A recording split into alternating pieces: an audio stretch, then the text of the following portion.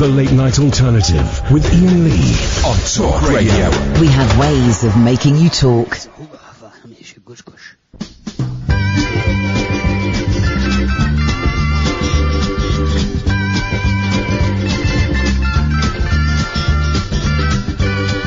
at the world through the sunset in your eyes, juggling the train through clear Moroccan skies. Ducks and pigs and chickens call, animal carpet wall to wall, American ladies 5 foot tall and blue, sweeping cobwebs from the edges of my mind. Had to get away to see what we could find. Hope the days that lie ahead bring us back to where they've led. Listen not to what's been said to you. Would you know we're riding on the Marrakesh Express? Would you know we're riding on the Marrakesh Express? They're taking me to Marrakesh, all on board the train, all on board the train. I've been saving all my money just to take you there. I smell the garden in your hair.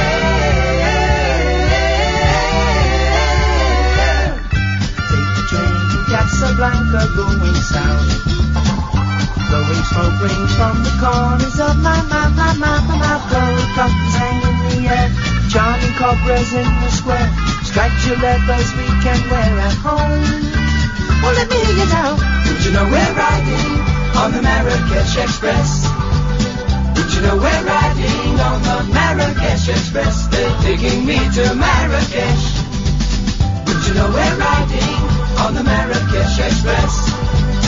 Did you know we're riding on the Marrakesh Express? They're taking me to Marrakesh, all on board the train, all on board the train, all on board.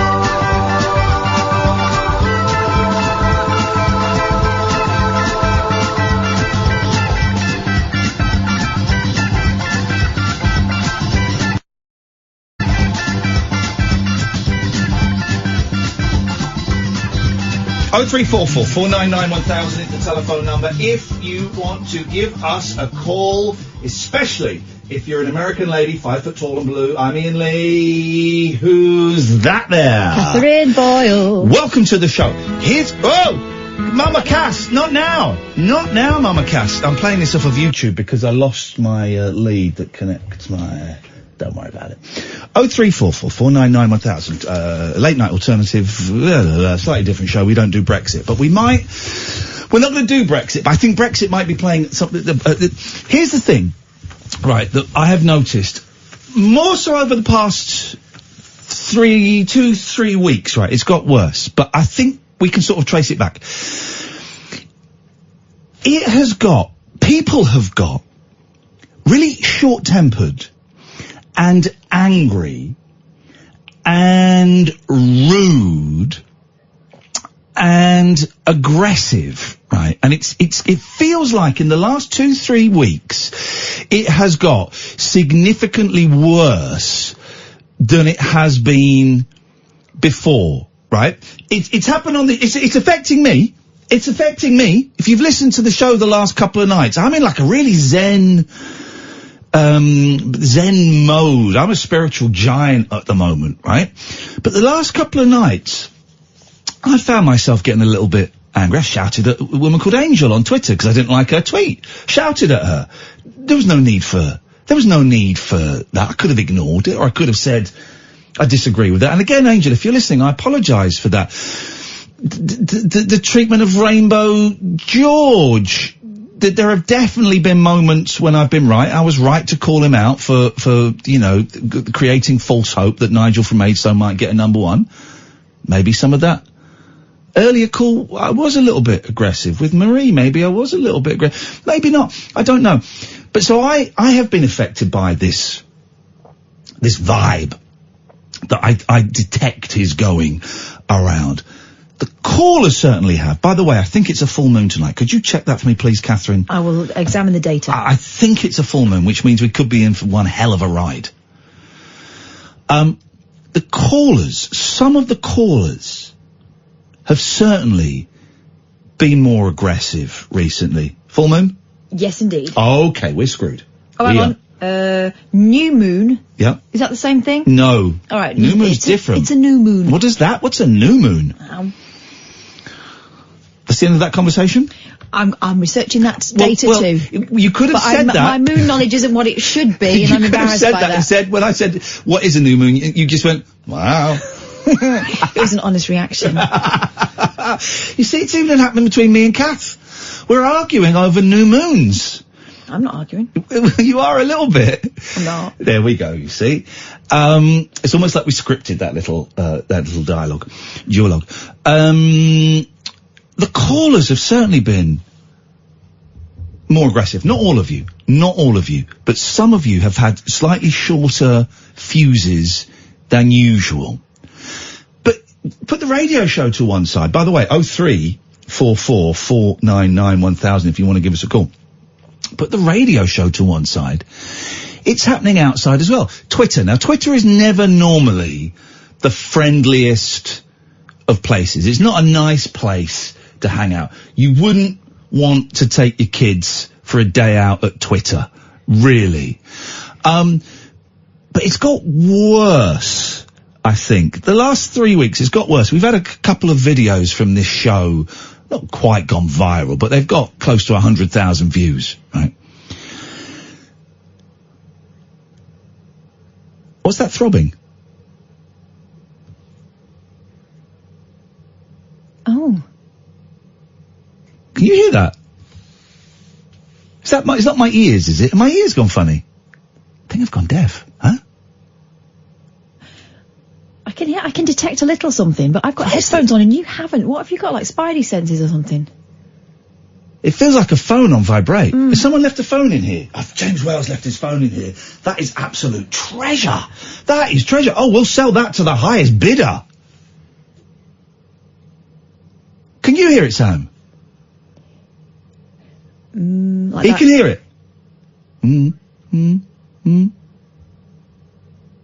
Yeah, sounds like the mothership.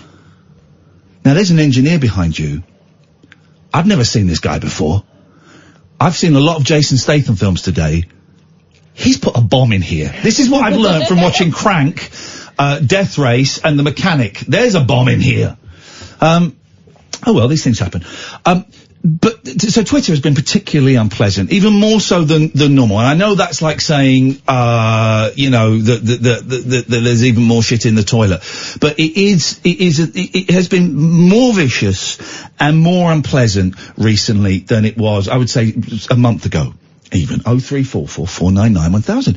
And then when we were driving home the last few nights, last night in particular, Catherine, it was like Death Race. It was anarchy, wasn't it? It was. Just people. Yeah. People, here's the thing, people pulling out in front of you and then getting aggressive because they pulled out in front of you. Now that happens from time to time. I just say, it wasn't me that cut the other person up. No, that happens from time to time though, but it was happening all the way home last night and then all the way in. And people just stood in the middle of the road last night and getting arsey when I would beat my horn to say, could you please move out of the middle of the road? End of days. It feels a bit end of dayish. So have you noticed it, first of all? I guess is the first question. Have you noticed, Amy, who listens to the show and comes to some of our events, works at Thorpe Park. Yeah.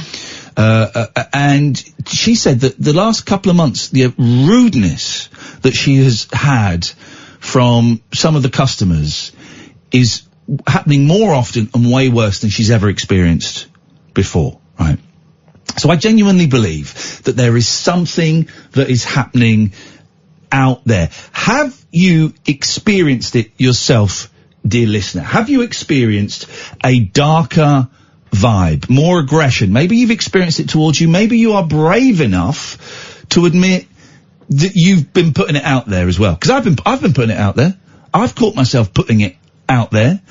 0344 499 1000. If that's the case, right, and if we can establish that this is happening and this is a thing, question 2 is why?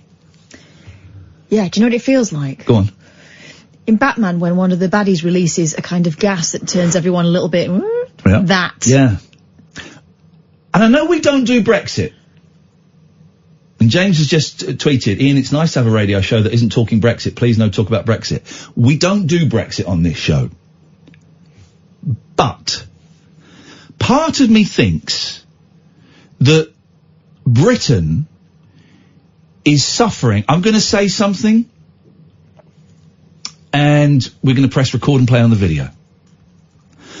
Part of me thinks that Britain is suffering from PTSD, post-traumatic stress disorder, because of the mental toll that Brexit is taking on us all as a nation, the confusion it's creating, the division that it's creating. All of that has traumatized us as a nation and as people. And also, you add to that we have got a Prime Minister who is a lying scumbag, and he's blatantly lying, right? He's blatantly lying and manipulating a system to his own ends. He's forcing through this weird proroguing thing where we close down Parliament. No one knows what's going on.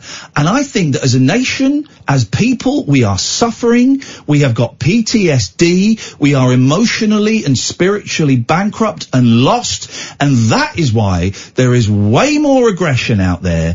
There is way more nastiness and meanness out there. You watch. We're going to send this little clip of me talking about this out as a viral video, okay? This is going to go out as a video next week. If you're watching this video, scroll through the thread of replies that people are leaving when I say that Brexit and a lying Prime Minister have caused this country untold mental harm, and that people are suffering with their mental health and anger issues because of that.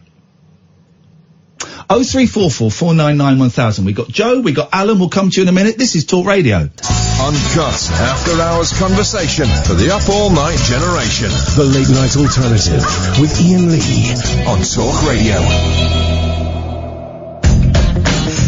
Oh, we've just had Sam in.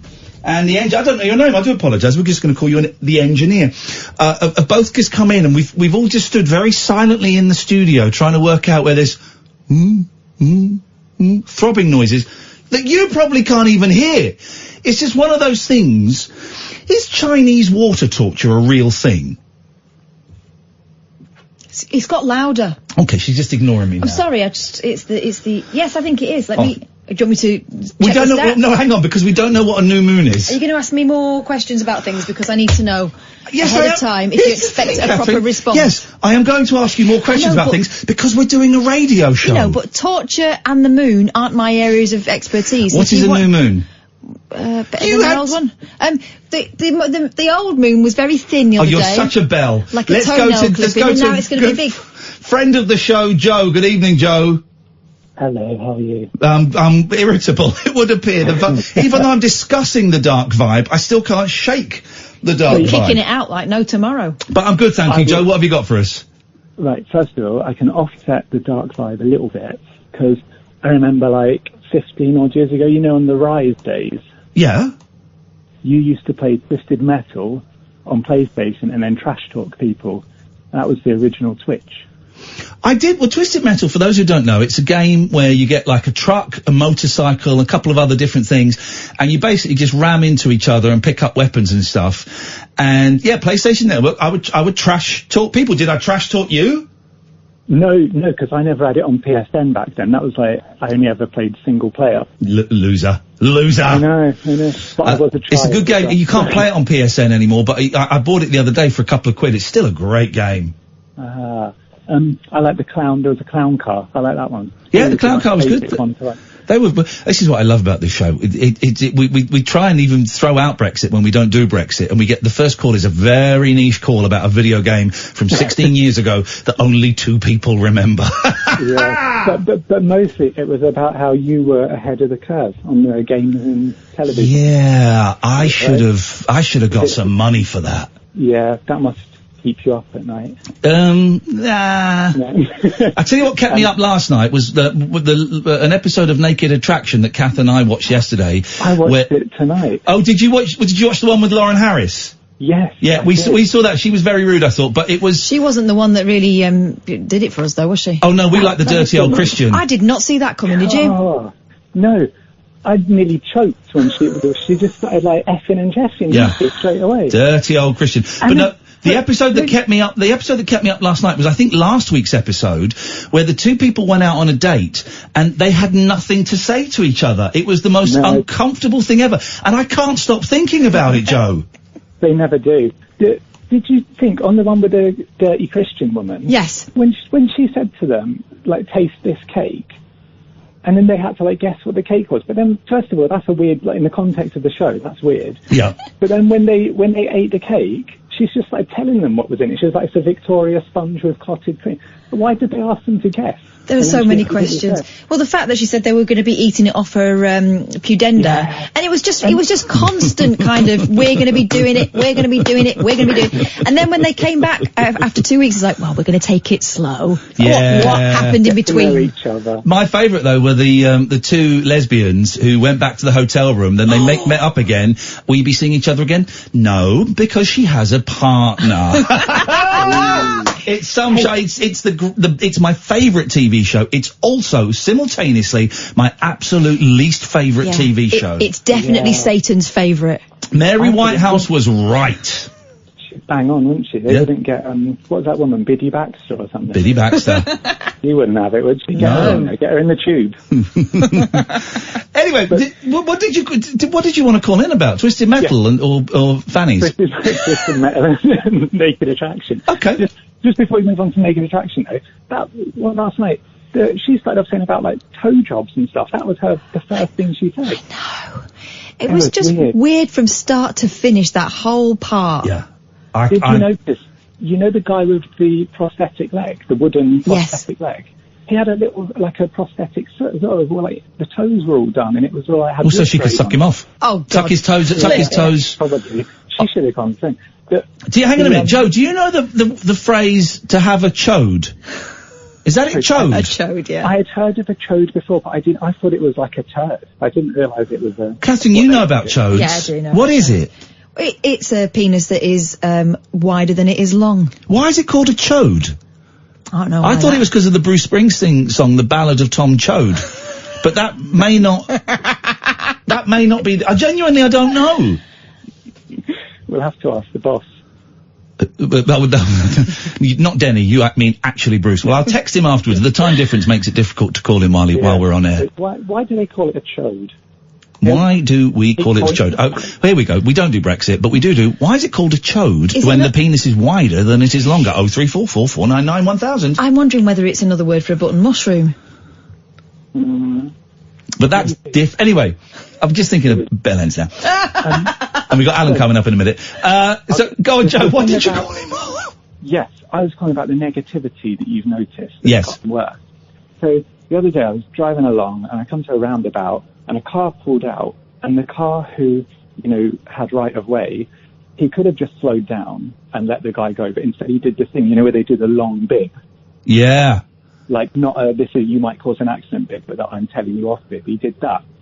And then as he went past me, this very old man, he looked like a junior soprano. God. He kept going. And I kind of watched him, the guy that he'd done the long bib to had stopped. And then he revved his engine really loudly and, like, went, like, right the way around the mini roundabout, nearly hitting someone else, to chase after the old man. Ooh. And when he went past, he was an old man as well. Wow. And this is in, like, Leighton Buzzard. This isn't, like, London or anything. So it's spreading even into the home counties. Little old men are getting involved. And have you noticed this kind of happening a bit more recently, Joe? This anger, it's anger. Yeah. Everyone's an arsehole. He said calmly. Joe, lovely call, mate. Thank you very much. That's pretty much the conversations we've been having, though, isn't it? It's true, man. 0344 499 1000 is the telephone number if you want to give us a call. You're very, very welcome. We're talking about the dark vibe that's around at the moment. You may want to call in about that. You can, of course, call in about anything you want. Why is a chode called a chode? What exactly is a new moon? Is Chinese water torture real? These are great phoning topics. I wish I planned these ahead. Or you can just phone in and vent. 0344 499 1000. Good evening, Michael. Hello. What you got for us, Michael? Long time no speak to you. Long time no speak. Catherine, does that get a bell? I think so. It gets a muted one. There we go. Go on, Michael, what you got? I reckon it's the kids being off school for the last 3 weeks that sent the parents to do. Go on. Winding them up. Also, the hot nights as well. That's the hot nights, possibly. To get no sleep, see? Hot nights, yeah, that could be something to do with it. Global warming could be something to do with it. Kids off school, I don't know, because Joe there just said it was 2 old guys that were going at it. I don't think it's just parents that are frothing at the mouth. Well, personally, I think it's bigger than that. I think it's more than just the parents that are struggling. I think it's everybody seems to be. Have you lost your temper recently, Michael? Yeah, regularly. and is there any reason? Have you lost it more than normal? Yeah, I get that up a bit sometimes when I'm watching the telly and some of the idiots are on there, but... Who would you class as an idiot? Oh, that's the point, isn't it? One of them would probably be the leader of the Labour Party. Remind me of his name, Catherine. Jeremy Corbyn. That would be Jeremy Corbyn's. Okay. Jeremy Woodbines. Well, he really winds me up. Really winds me up.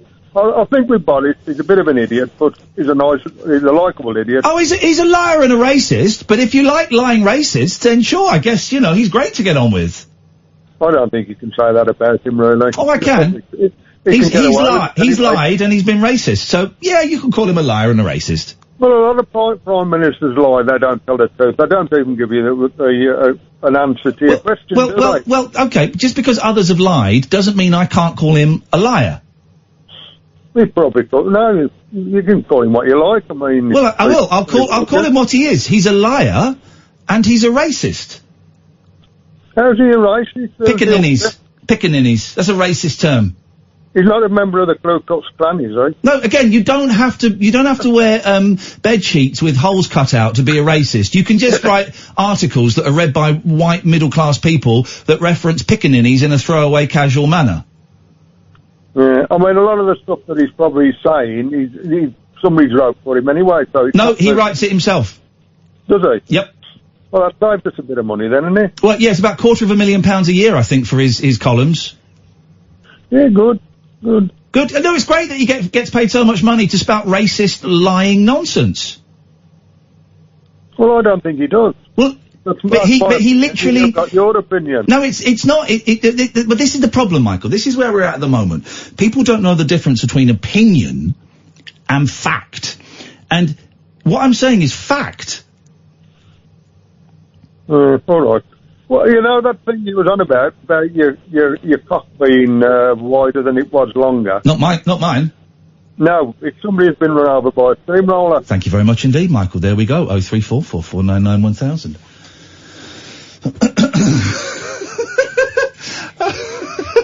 I'll call Boris a lying racist because he lies and he has written things that are racist. So it's not opinion, guys. It's not opinion.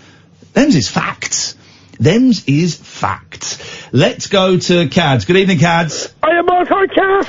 And hello to you. Can I start the bidding at £4.99? Sorry? Can I start the bidding at £4.99? What? For James Wales' phone. Oh, no, we haven't found it yet, but if we do find it, then yes. The bid, okay, do you know what? I haven't got any paper. We'll get some paper during the next break. The bidding for James Wales' phone starts at £4.99. Do we hear any higher offers than that, please? 0344 499 1000. What are you going to do with it, Alan? Well, it depends on what apps are on there, and if it's iOS or Android. Okay, all right. Well, I would rather just go through his phone book, but there you go. Hey, guess who we bumped into? Guess who wandered into the office tonight, Alan? Who wandered into the office? Let me finish the setup. Guess who wandered into the office tonight, Alan? Absolutely steaming drunk, right? So much so that he walked in very slowly, and I called out his name. I'm going to whack this out. And he turned to look at me, and looked at me blankly for 30 seconds, to the point where it was uncomfortable, leaned forward and squinted and went, Ian! Who was it? It was Ian Collins. Oh my God! He was absolutely trashed, didn't recognise me. And wasn't it delightful? Oh, it was wonderful. We had the best 20 minutes, we got all the dirt. I've also got his phone number, and he's going to come on the show one night. I know, it's right. Yeah, he's going to come in and sit in with us one night, which may be signing my own death warrant once the bosses hear that and go, that's what we want again. We remember. But Didn't he used to be on the LBC? So, well, he used to be on Talk Radio.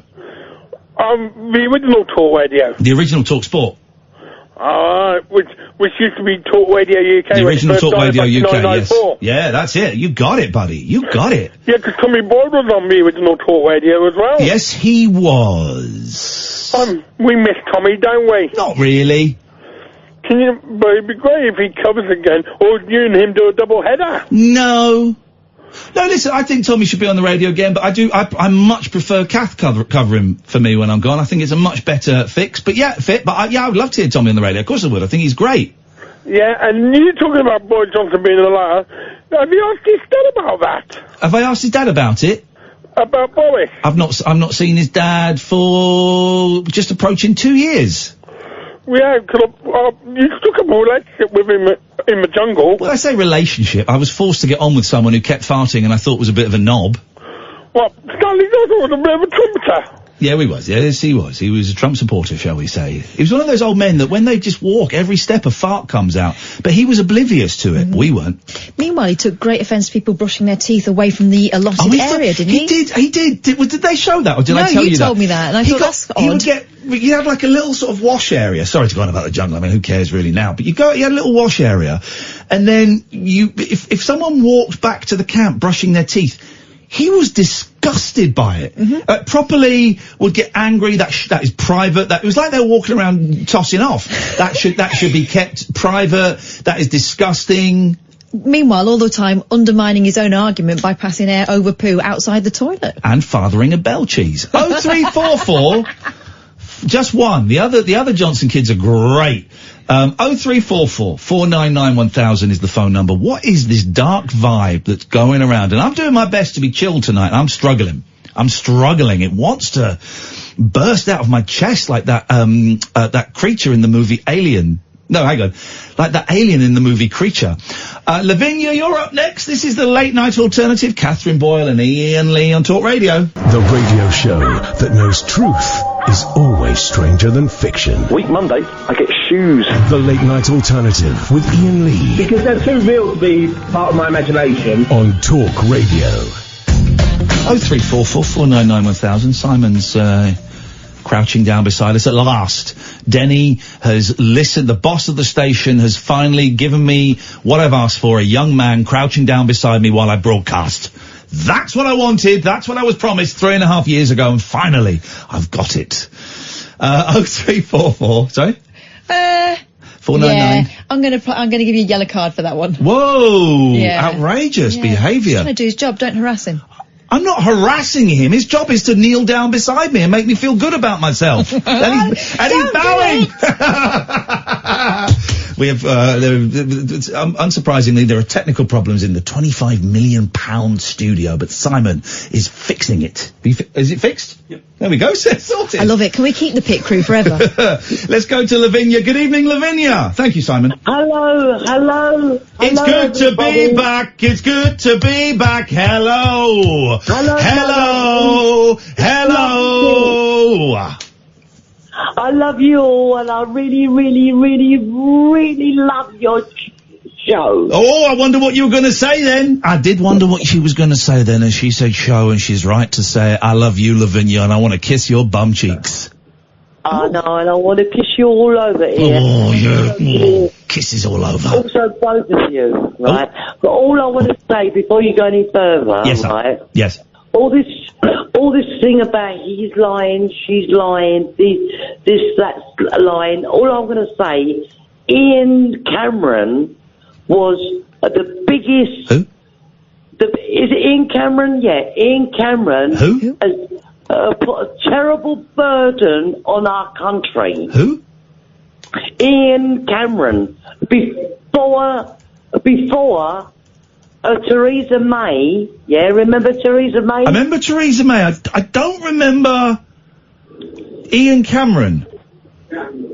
Oh, sorry, David Cameron. There we go. We got I remember there. that guy. And we wanted you to remember that yourself. We didn't want to patronise you. Sorry, Iain Cameron, Yes, David Cameron. Yeah. What I want to say, that he has given us a terrible burden. But what we need to remember... You've totally put... Hang on a minute. You have totally put that camera on the wonk. I know, but it was on the wonk before. No, let Sam do it, because you've now got it pointing upwards on a diagonal. Oh, shut your face. No, she's got... Get this, Lavinya. She's put the camera pointed up, but it's pointing up at the ceiling. It's waggling itself. It's not waggling itself. So it is. Thank you. And also, what I'd like to say... wherever he is right now, so David Cameron, he needs to think about what he's done, okay? Because he has left Theresa May with a terrible burden. But also, what we need to realise, though, Iain, right? What we need to realise that. We are resilient, courageous. I'm not. And, no, we're not. What load of bollocks. We have got the strength of a lion. Oh, what you talk... Lavinya, you normally speak... Lavinya, you normally talk sense. You're talking a load of bollocks tonight. Do you think so? Yes, of course I do. What, the old British strength of a lion, spirit of a thing we got... What a load of old rubbish. You should have seen me trying to heave myself up out of the lake yesterday. I didn't have the strength of a lion. Cobblers. Okay, Iain, how about this then? Go on, try again. Why do we say a great Britain? Because we're arrogant. No, it's talking about it's talking about Britain and beyond. The different bits we've got added on. No, it's not saying it's great. It's just saying that it's like Greater Manchester, that kind of vibe. What we need to realise, Iain, I'll tell you what's gone on here. Well, what's gone on is you just ignores Kath's excellent point where she destroyed your rather weak point. But yes, go on. We need to realise, in a way, we have lost our way, but we need to realise that we are all resilient. You, me and Catherine, everybody else. And if anything comes our way, if it's bad or good, believe it might be bad, we need to embrace it. I don't want to... Why would we want to embrace something bad? Are you not... Lavinya, what is wrong with you? Normally, you're one of our most sensible callers with your head stuck on. I think your head has fallen off tonight. Have you been smoking the wacky backy? Iain, let's do this now. Wherever you're coming from, I love you. But I love you too. But you're not talking rubbish tonight. No. What we need to remember, Iain, that we have come from Africa. A generation from our ancestors. I'm actually talking from the depths now. Never ever give up, because we are courageous. We are resilient, and we can get through anything. Okay. Okay. What's that? And what's that got to do with anything? We will overcome anything and everything. Any obstacle that comes our way, we will embrace it. Not with violence or tearing somebody apart. We will embrace it in the right way. Well, if you said to me, well, what is the right way, Lavinya? I didn't say that. I would say, love them. Love them to death. Yes. Like Prince Andrew. Not that he's killed anybody, as far as we know. Got it. Okay. All right. Thanks, Lavinya. I tell you what we're going to do is we're going to feed that to a computer and then send it off to the laboratory for tests. And when we've worked out what the hell you're talking about, we'll the let the results are listener in. know. It was bullshit. Okay. 0344 499 1000 is the telephone number. Paula says, I'm having deja vu. Is this a repeat? Yes. It's the simple answer to that question.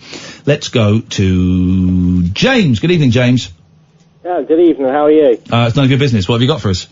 Oh, well, I'm going to give you 50 quid for James Wells' face. Oh, that piddles on Alan Caddick's £4.99. Now we're talking. And I'll pay postage and packing. Oh, we only send it Royal Mail second class. So that should be about £3.50. All right. What would you do if you had if you won the bid for James Wales' mobile phone at 50 quid? What would I do with it? I'd probably sell it on eBay for about 60. How's that? It sounds like either. Let me run it past. Maybe run it past my friend Catherine. So he's going to buy something off me for 50 quid, and then sell it on eBay for 60 quid. Now that's either the greatest idea ever, or it's absolutely insane. What do you think? £10 difference. Well, barely worth it. If he's the highest bidder, and he buys it for £50, the only person who would pay more for it is him. Yeah. So he'd be down £110. Yeah, this guy's insane. We get stuck in an infinite loop. James, I'm sure someone want James Wales' phone. Okay, we will see, James. Thank you very much indeed. You see what I mean? Yeah. So the dark vibe. Have you noticed it? Have you noticed it within yourself? Where do you think it's coming from? And excuse me, what can we do to stop it? 0344 499 1000. What the hell? Where does the word chode come from? Is Chinese water torture real? And what is a new moon? 0344 499 1000. This is the late night alternative. Kath and Ian on Talk Radio. The radio show where the owls are not what they seem. Do you or have you ever watched Twin Peaks? The late night alternative with Ian Lee. We could be dreaming and meeting each other in our dreams. On Talk Radio. 0344 499 1000 is the telephone number if you want to give us a call. You'd be very, very welcome. We're talking, well, you know how this works. We'll take calls straight to air at some point, a little bit later on in the show, because when it's like this, you can get some interesting stuff sometimes. But we're talking about the dark vibe that just seems to be everywhere, permeating everything at the moment. And I've noticed it in London, I've noticed it in Windsor, I've noticed it in Aylesbury, I've noticed it on the show, listening to other shows on other stations. There seems to be a lot more anger on Twitter, on Twitch streams. In the office. Oh, God. Get this right. So last night we had Dan, guy who came, saw us in Belfast, said, can I come and sit on the show for a couple of nights? Sure you can. Really nice guy, very quiet, very shy guy. Right? Took a lot for him to ask to come over. It did. Very quiet guy. And really nice bloke. And, afterwards he said to us, do you mind if we get a picture with you? I mean, yeah, sure. So there was someone working in the office and he said to her, would you take a picture? I handed her his phone. And she said, please? And I'm there thinking,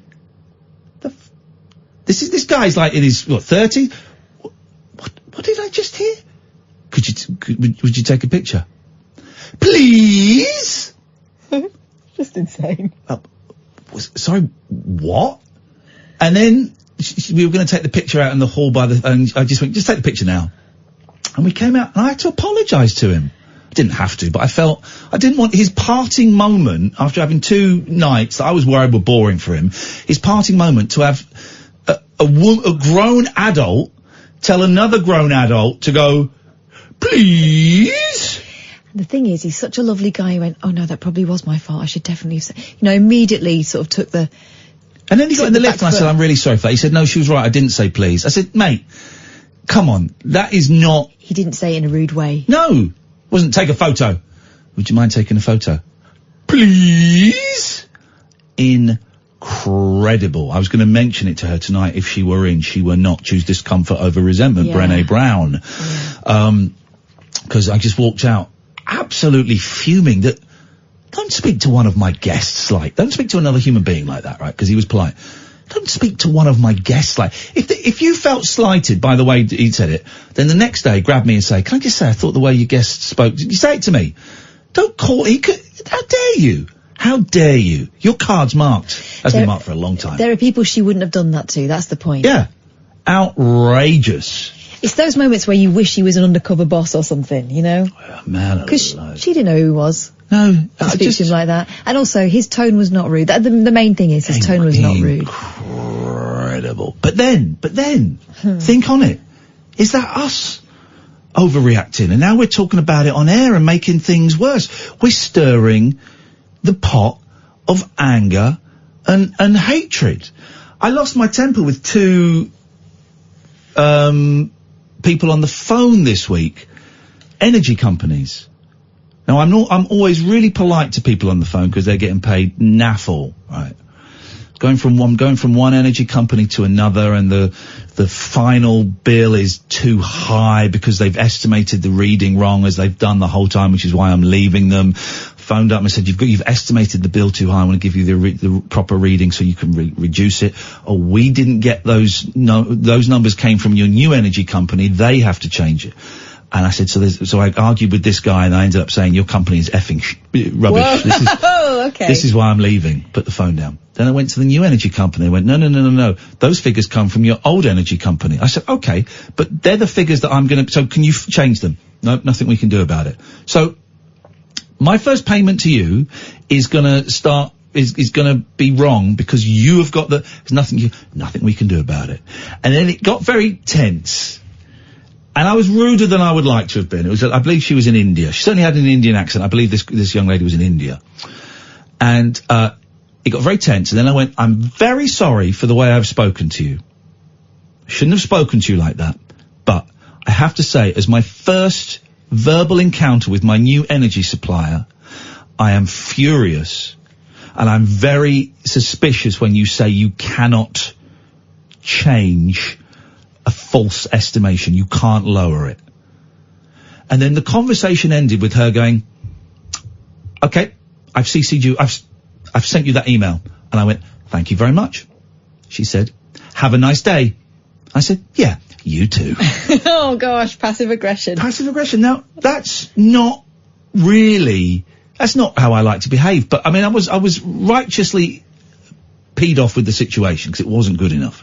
But I shouldn't have got involved with those two people in that manner because they're on tuppence halfpenny.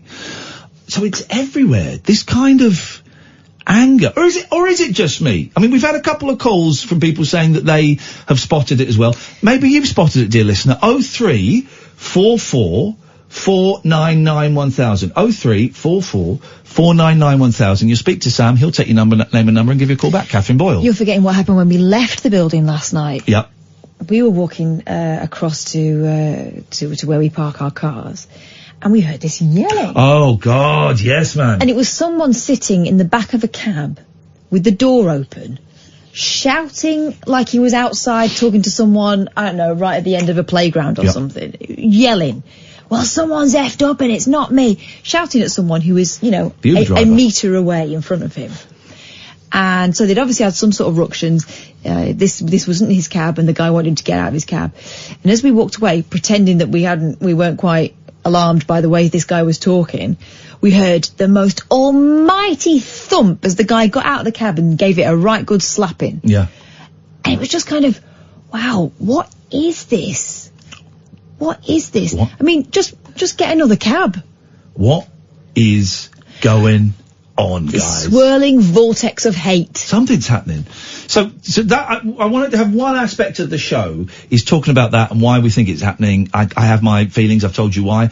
And ways we can reduce that. 0344 499 1000. But also just phone up and dick around. I think that is the strongest weapon we have against this anger and against this depression and malaise. Well, it's more than a malaise because it's active. The strongest weapon we have against it is dicking around on mainstream media. That's it. That's what we got. That's why we don't do Brexit on this show, right? Because everywhere else is doing it. 3 hours a night out of, gosh, how many hours of broadcast are there at the moment a day? I don't know, 250. I'm plucking that number out of the air. 3 hours out of 250 that isn't about the B word. I think we can do it. So give us a call, 0344 499 1000. I think after midnight, we will take calls straight to air, because that might be quite helpful. Other things we've got out there is Chinese water torture real? What is a new moon? And, whatever else you fancy. I can see Sam is talking furiously to just put them through. Just put them straight through. It's the problem. What? Who's the problem? Who's being a problem? Oh, no, it's not Sam. Well, even Sam's getting feisty, rightfully so, defensive way, because one of the callers last night was exceptionally rude to him. But even you're... Just for whatever reason, the last couple of days, this has happened, I'd say, total of about a dozen times now. Yeah. Someone phones in, I'll say I'll phone them straight back. I phone them a second later, and it just rings out. And who's done that? Kadir? No, so Stephen did it first. Stephen, explain yourself.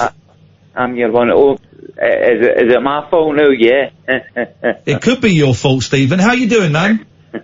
I'm fine, pal. I'm a lot calmer than I was yesterday. Yesterday you were a mess, brother. I'm glad you called back. I was bouncing off the walls. Yes, man. A 3.5 day binge of White Rock. There we go. It was okay, because you sounded like a mess. Have you had a sleep today? I have, but I can't. You see, the part of the problem was my doctor started me on diazepam, and I was on them for such a long time. Yeah. I really, I get really addicted to them. Yeah, of course. It's a very powerful narcotic. Yeah. Oh, tell me about it. Yes, man. I can't believe I'm talking to you. Yeah, I'm pleased that you're talking to me, and I'm pleased that you're talking to me straight. And last night I felt for you, brother, but there was nothing I could do. So okay. So okay. So what are we going to do? How are we going to turn this around? Do you know I can hear myself in the background? And it's a bit off-putting, but I'll carry on. What is it they say? The British say I'll soldier on. Soldier on, I know. I had to apologise. Some of the callers are finding there's a little bit of an echo on the line. Yeah. I know. Well. The next station I work at, I'll make sure that is not happening. But this one, that's what we got. So you're taking drugs when you shouldn't be taking drugs. So how are we going to stop? Do you know what it is? It's the place where I live. I'm sort of in a catchment area with the most amount of freely available drugs. We talked about this yesterday. That's nonsense, man. That's nonsense. That is not a reason to be taking drugs. Just because there's loads of dealers around. No. You've shot me down in flames there, Ian. I have, and you know, and I'm not saying it in an angry way. I'm saying it because you know it makes sense. All right, so if there were no dealers for 100 miles, you'd either move house or you do what I used to do when I couldn't get my dealer who lived 5 miles away. Is I would jump in the car and I'd drive 40 miles to a dealer. Ian, I've got absolutely nothing else in my life that means much. There we go. To me. You know, I've got no family. Yeah. My mum died a good few years ago. I've got issues with that. I've got issues with my stepsister. Yeah. I won't talk to my stepsister. It might all sound a bit trivial. No, it doesn't sound trivial. It sounds huge. Oh, listening to half the people on here, it is trivial, believe me. No. Here's the thing. Try not to compare yourself to other people. These things are huge for you, right? And they're huge. Right. Your mum dying is a huge thing. That ain't trivial. Not talking to members of the family. That's a huge thing. That's not trivial. But even if it was something that others would perceive as trivial, if it has a huge negative impact on you, then it's not trivial. So don't try not to. I noticed you did this yesterday. Try not to compare yourself to other people and their problems quite as much as you are at the moment. Hmm. Can I say something? Of course you can. Can I apologise to Kat yesterday if I was being condescending or sexist, or because I think I shouted out something really boorish and... No, you didn't. It was fine. Okay, you there? Yeah. Catherine, call her Catherine. Oh, sorry. Oh no. That's all right. I'm not saying it to tell you off. I'm just saying call her Catherine. I don't mind. But no, you didn't. You were lovely you were lovely. You've got nothing to apologise for. But I listened to you. I think it was it the 1 or 2 weeks? Yeah. And somebody did mention it, and it just triggered it in me. You've got a dead sort of calming, just a really calming sort of. That's a way of put it, calming. I won't say much more. I'll just say calming. You've got a really. I like your voice. All right, thanks, Stephen.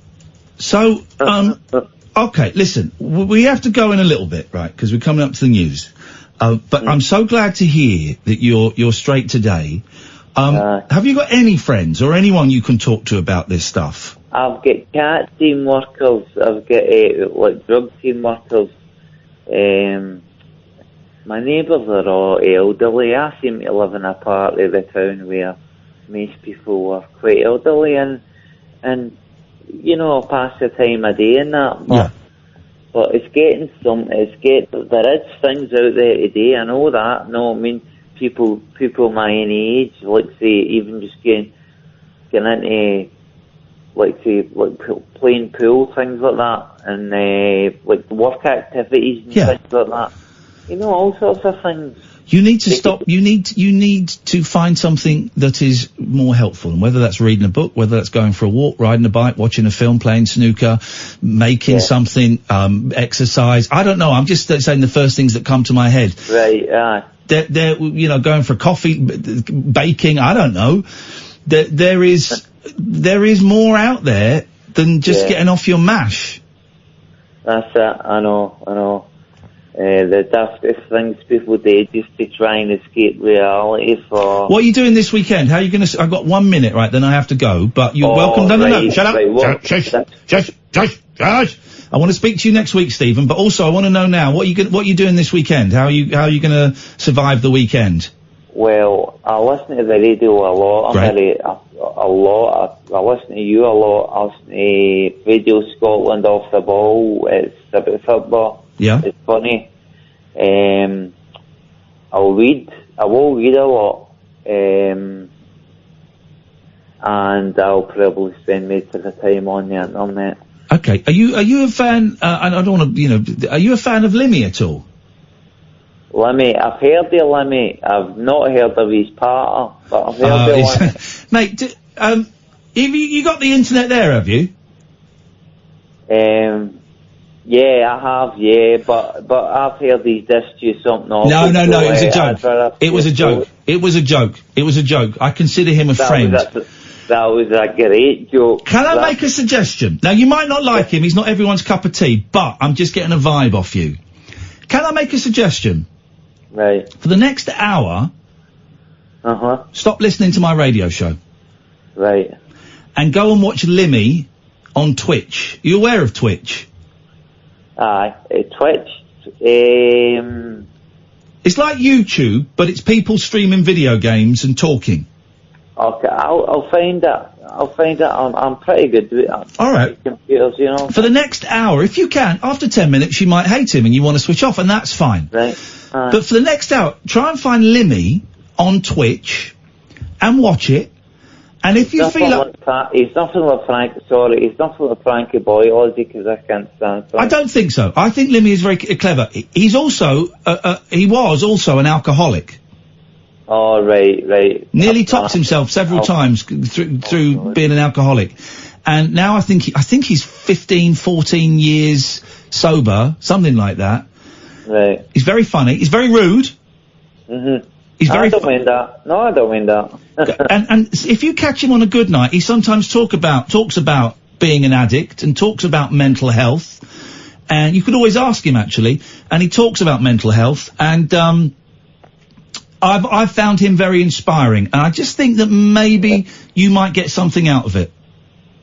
That mashup, that was comedy gold. He's great. Stephen, go and have a little look. And I'd recommend it to anyone. I think you shouldn't really say switch off my radio show, but, Limmy on Twitch, it's him playing video games, but it's so much more than that. And you can ask him. Say, Iain Lee mentioned that you struggle with booze or mental health and stuff. What was that about? He might tell you to F off. Don't take it personally. I doubt he will. And he might share a little bit or a lot or a couple of words about his story. And I found him a great inspiration.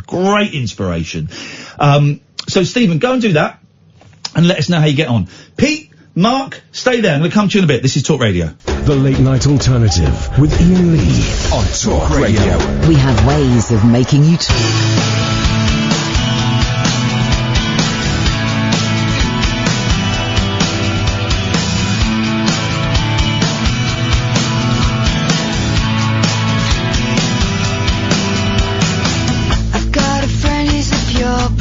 Killing machine. He said he's waited his whole damn life for this. I knew him well when he was 17. Now he's a man, he'll be dead by Christmas. And so everybody's going to war, but we don't know what we're fighting for. Don't tell me it's a worthy cause, no cause could be so worthy. If love is a drug, I guess we're all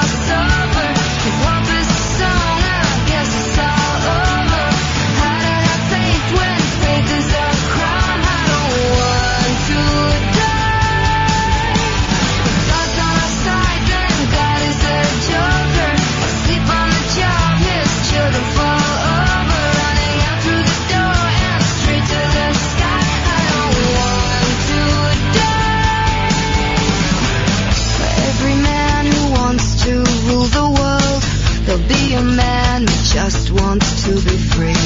What do we learn, but what should not be learned?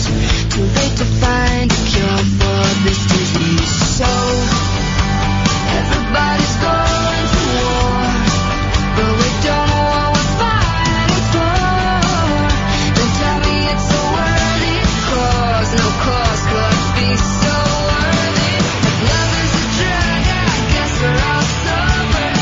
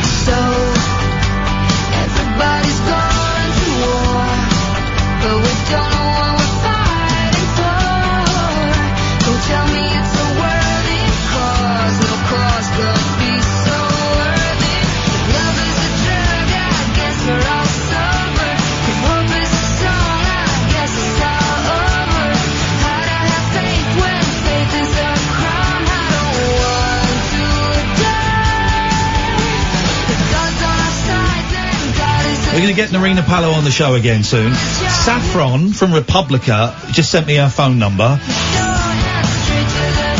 did she call me? Hang on, she called me something. Hang on. Can I read you the email from Saffron?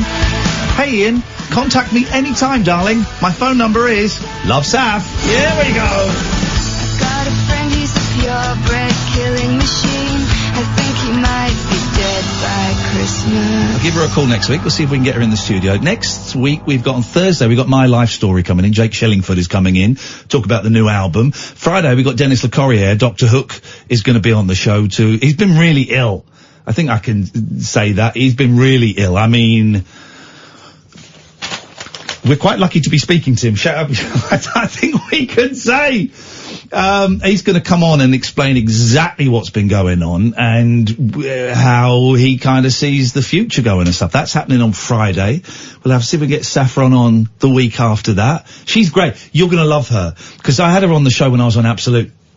And she's just so funny. She's so funny. Exactly as you'd imagine her. I loved her. I thought she was brilliant. I had a massive girl crush on Saffron when I was a teenager. She was stunning. She had the best hair. She was brilliant. She was and still is absolutely stunning. Absolutely. And but also, funny, man. it was the ballsy attitude. Yes. It was the whole thing. I thought she was brilliant. We'll do Republica at midnight, shall we? Because they're great. But, she was great. I got on so well with her, and I kept saying to the bosses at Absolute, they just started Absolute 90s, and I kept saying, you should give me and Saffron a show. I'll do it for free. Pay her, I'll do it for free, because I enjoyed her company so much. And they nearly did, and then they went, I can't. Anyway, she's coming on. I'm being reminded, I'm having a lovely little chat on Twitter, with, someone who I used to work with years ago, Angie, when I used to work in HMV in Slough. Right.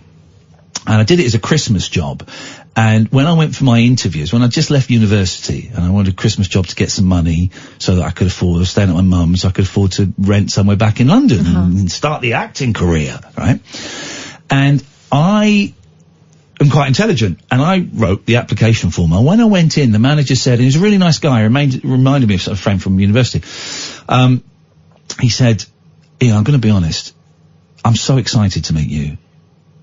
Yours is the best application form I've ever read in my life. Because I've read a really good application form. And from day one, they were putting pressure on me to, go to management training. And I said, no, I want to be an actor. Okay, alright. But you'd be great. I can get you a trainee, deputy manager position in 6 months. That's how good we think you are. I said, yeah, that's great, but no, I don't want to do that. Anyway, and I was just talking to Angie, and she just atted me of something. I've not spoken to her before. I mean, I was 23, so 23 years ago, half my life ago. Wowzers! And I said, "Oh, hey, Angie. Yeah, I used to love that job. And I used to hate that job. The thing I hated about it was when I got accused of stealing loads of money, because there was some money had gone missing. I think about 100 quid, £250 had gone missing from 2 tills. And so the beefcakes, the store security, one was like a really short, like Ram Man, and I don't know the other ones. They were doing like random searches on staff, because they obviously thought, there's a lot of new staff in there for Christmas. They obviously thought a member of staff was taking it. Right. And so I got searched. Geoffrey, Pete and Mark, I'll be with you in a second. So I got searched, and they found like about 4 quid in change in my pocket, and I forgot and didn't know you weren't allowed to have money on you if you were on the shop floor. Right. I think it makes sense. And I went, I think I'd just come back from lunch. I went, sorry about that, I forgot. And then they became like, flipping bad cop. Just, why have you got this? I just came back I've been out for lunch, came back in, and I forgot to take it out of my pocket. It's 4 quid, I'm really sorry. And they thought I'd nicked it, right? And so then I said to this Angie, I hate you getting accused of nicking loads of money, but mainly the job was fun. And she replies, yeah, there was a staff meeting about that. What about, there was a staff meeting about me nicking money from the tills? £4 is a very enticing amount. 23 years ago, I'm just finding out there was a staff meeting about me stealing money. I remember the deputy manager, I like the manager, I didn't like the deputy manager, he was a bit of a knob. It caused great consternation where about 3 Saturdays before Christmas I took a Saturday off. Do you know why I took that Saturday off? I was a guest on the Steve Wright show on Talk Radio. I think it was Talk Radio there, not Talk Spot, I don't remember. But I was a guest on Steve Wright's show. He would like have a comedian in, and I was like saying I was a comedian. And so I got booked in. And, I didn't say anything. It's my first time in a radio studio. I didn't I didn't have anything to say, and we were all out to smoking then. So Steve's smoking a cigar, I'm smoking roll-ups in this studio for Talk Radio. I seem to remember it being near Oxford Street there, but I could be completely wrong. I could be completely wrong. And I remember they had Cliff Richard on the phone as a guest, and I didn't say a word, but that was my first appearance on Talk Radio. And they did you for it, did they? At the shop? The shop let me go and do it, but begrudgingly, really. I said, well, this is a big break for me. I think I got like 150 quid for being a guest on Steve Wright's show on Talk Radio. Oh, here we go. Angie says, oh no, it wasn't you, it was the stealing in general. I remember we had a staff meeting after Christmas temps had gone, and they were going to do random bag checks on everyone. They never did, they just needed a scapegoat. Pretty sure everyone knew who it was anyways. What a world we live in. What a world. Let's go. Were you going to say something? Yeah, Sorry. when I worked in a shop, they checked our bags. Oh yeah, go on. Every night. Wow. Every night. But that didn't stop the stealing, because it was the manager. Oh. And it wasn't in the bag, she was wearing it. No! Really? I only found out afterwards, because I used to go and do, holiday shifts, right? So I'd come, and I'd have this job in a clothes shop that was mine, as long as the manager was there. And then one time it was a different manager, but the other manager had a word, so I started working with this other woman, and then I went back and the old manager was back, and I sort of said, well, what happened there? Oh yeah, she was on the rob. Wow. Apparently she was like getting the most expensive jackets and just wearing them home. If anybody, I'm happy to take the stories of temp jobs, 0344 499 1000, stealing from work, any of that. We'll have any of that. Another one where they tried to good cop, bad cop me, was when I worked in a Mexican restaurant. Yeah. And I was the only one, who worked there that could pronounce guacamole. Everyone else was offering people guacamole. Oh. Which sounds like a fun game, yeah. But I worked there for a couple of sort of holiday times, and I was kind of regular there, and they hauled me in one day, and I think they'd done everyone, but it was right, we've got a problem. Someone's accepted this credit card payment, and it says on here void, but no one said anything. Was it you? And I went, well, dunno. Didn't notice. Because whoever did it didn't notice, right? Yeah. So what? You're not going to apologise? I went, well, if it did it, I'm sorry, but I don't know whether it was me or not. And that being forced to apologise for something. I don't know whether I did. Yes. And they were kind of furious. They hadn't thought it through that whoever did it didn't realise they'd done it. Or they'd done it as a favour to their mates to get them a free meal. Yeah. Catherine? Oh, I didn't. My mates couldn't afford to go there. Exactly. Just making it worse for yourself. Turns out. Just making it worse for herself. Good evening, Pete. Hi, guys. I just wanted to offer a theory on the whole dark vibe thing. Here we go, yes. Because I feel like I've seen all this before, this kind of sudden spike in, like, fear and hatred. Yeah. Is it Ghostbusters 2? Thank you very much for your call, Pete. Never call us again. You're a disgusting, disgraceful human being. Although, mate, it's good point. He's waited on the line 49 minutes to do that. Unbelievable. How dare you prank this show, Pete? This is the guy that likes to correct me about my Doctor Who knowledge, which is excellent. Excellent. Good evening, Mark. Hello, Ian. How are you, mate? I'm very well, Mark. What you got for us? Yeah, hello, Kath. How are you? I'm all right too. Thanks, Mark. Thanks for asking. This angry vibe. I thought I was the only one that sort of sensed it. Oh. I work here. I drive in London for a living. Yeah. And I don't know. Do you remember the good old days, Ian? I remember the good old days. Do you mean the TV show or the actual concept? The concept. Yeah, I remember the good old days, Mark. Yeah. So I mean, when I'm driving every day. In the good old days, when you pulled in to let someone come through, you pulled in a gap on the left-hand side to let them come through. You used to get a little wave. Oh, big fan of the wave, yeah. Yeah, now it seems like a badge of honour to give you a filthy look, and not a wave. He makes a good point. No one, I do the wave. Yeah, of course I do. Yeah. And it's just that I mean, for instance, tonight, I mean, I'm guilty of it myself. I've just had some chicken soup, believe it or not. Now, I was eating the chicken soup, and I was looking at the empty tin on my left-hand side, thinking, 57 different varieties, my left bum cheek. I hate you, Heinz. What? Oh, goodbye, Ian. What just happened there? I think he... What? What is going on? Amy says, when I worked in retail, at the end of each shift, we had to spin the magic wheel and it would land on what they would search of us at the end of the day. This include taking my shoes off, emptying pockets, emptying my handbag, and handing over my coat. You'd spin the magic wheel? Someone's enjoying their power just a little too much there. Flippin' heck, man. Jeffrey, stay there. We'll come to you in a second. 0344 499 1000. This dear listener is Talk Radio. Experience the unconventional. Evening, boss. The unpredictable. What's happening? And the completely unorthodox. Exactly. With rule-free Iain Lee. The Late Night Alternative with Iain Lee. I've got no internet for the last 4 days. On Talk Radio. 0344 499 1000. We'll take calls straight to air after midnight, just because I feel that people kind of need to let off a little bit of steam. Let's go to Geoffrey first. Good evening, Geoffrey. Oh, hello, nice people. Hi. I just. There's a lot of hellos at the start of that phone call. I love it. You're welcome. Come on, sit down. Let me pour you a drink. It was a few that was perhaps not very well rehearsed. But, That's all right.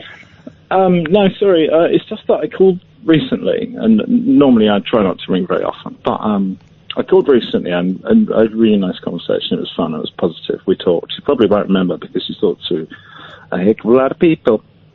But I like at you. the end, I kind of like me like some Good. of the time. That's a great position to be in.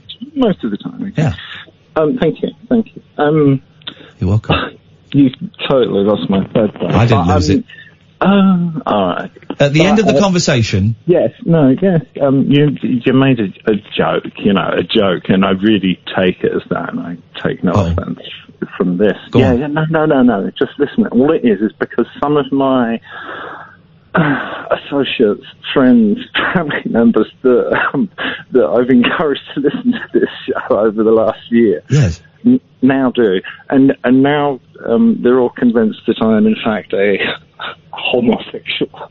A what? A homosexual, which is fine. What did I say? What did I say that convinced people who've known you for years and years and years, in an off-the-cuff comment that convinced them that they've got your sexuality wrong? What did I say?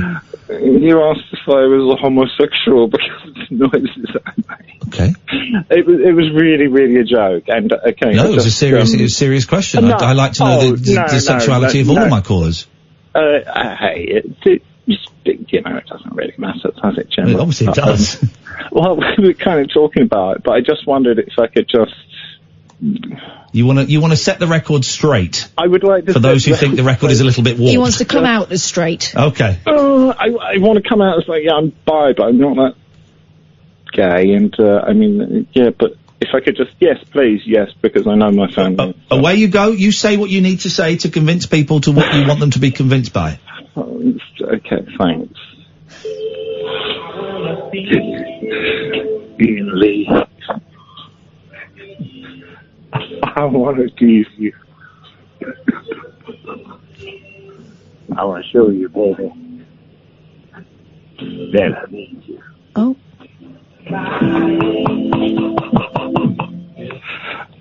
Sorry, does that clear it up now? I tell you what, it's cleared up. It's cleared up. Any desire I might have had to take some drugs tonight has certainly gone out the window. I'm not really a prolific user of drugs, actually. Wow, gosh, that all came from your own imagination. Well done. I'm a writer, so I kind of have to pull on those strings. Yeah. Yep, you pull on those strings, big boy. Oh, tighten them up. But thank you for letting me set the record straight. Thank you very much indeed, Geoffrey. Couldn't really hear his record, could you? No, I mean, what is a new moon?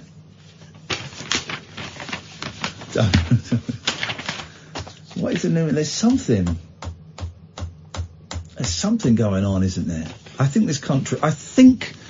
the country is doomed. I think the world is doomed. But the country is definitely screwed up. 0344 499 1000. Let's go to Malcolm. Good evening, Malcolm. Good evening. Thanks for having me on. You're very welcome. You mentioned earlier about slightly dodgy jobs and unusual jobs. Oh, yeah, go on. When you were younger. So I did a job, and I'm yet to hear anyone do one worse than this. Uh-oh. When I was just finished school and as a student, I got a job in a wool packing factory. A wool packing factory? That's not a euphemism. You actually packed wool.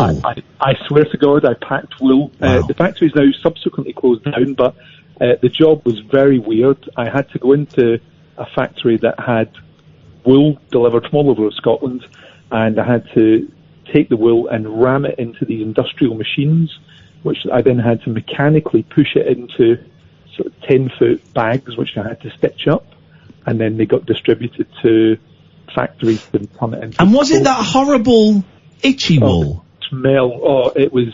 Well, I called it to my friends jaggedy arse wool. It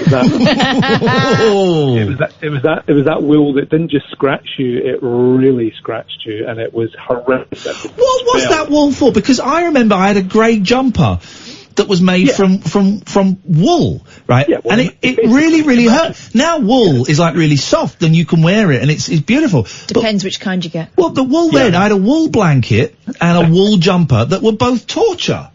Yeah, but that's it. I mean, and especially when I grew up in Scotland, you got a lot of wool products that frankly were torture methods rather than fashion items. So I think it was a Scottish thing, because my I think the jumper was from my grandparents. The granddad was Scottish, so I think it came back from a trip up to Aberdeen. Here's the thing with those jumpers, though. They scratched and they were ugly, but they last forever. Yeah, but who wants to wear something? It's torture. People that don't want to spend loads of money on loads of jumpers. It's like buying, you know, those I don't know what they're called. Those things that you lock your cock in as torture. They last forever, right? I don't want to wear one more than once. You want to wear one once? Well, you wear it once and go, this is uncomfortable. So you then don't wear it again. You then put it at the bottom of the drawer and I hope your mum never reminds you that she spent a lot of money on it. Yeah. And that you ought to be seen out wearing it. Otherwise your nan's going to be disappointed. God, that's a real insight. And the blankets I had, Malcolm, were and it's funny I was going to say this, my dad's name was Malcolm, were army surplus. They were those horrible grey, with sort of like red flecks in and dirty flecks in, and horrendous. And if you were sleeping on the camp bed, because Nan and Grandad would come in, then you had the wool blanket. That job, actually now, very occasionally, because I've thankfully gone on to rather better things in life and work, but that job still sometimes makes me wake up during the night, isn't it? And have a panic, thinking, "Oh my God, that's my life," and it's it's a great grounding experience, but my God, it's an incredible memory of a bad job. We have a text from someone. It's a question for you. Anonymous asks, Malcolm, was the pay good, or did you get fleeced? No. Hey, he did a funny. Someone text 2025 texted in a funny. No, go on. I bet the pay was absolutely lousy. Well, do you know what? I was 17. I was just leaving school, going to college, so any money was good, but it was bad. I got paid per bag, so the more wool I stuffed, no sexual innuendo there. Yeah. The more I did, it was £2 a bag. It was brutally hard. It was terribly hard work. It really was. Malcolm, I appreciate that. Thank you very much indeed. 0344 499 1000. We can do this. It's a nice one. Jobs you had, summer jobs you had as a kid, any of that stuff. We'll take that.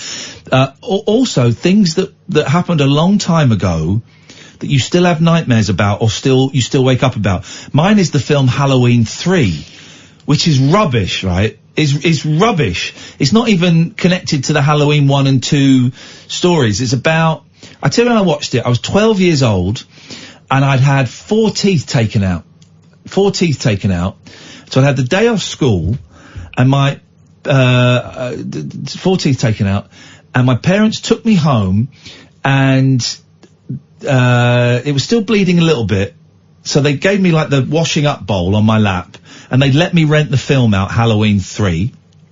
And they said, right, we're going out for a few hours, just rest. Okay. So I watched Halloween 3, and it's a lousy film. It's about, this toy company. They sell these pumpkin masks, and the kids will put the pumpkin masks on them. Then when the advert plays on the TV, their heads melt and snakes come out. Nasty. Right, it's nasty, right?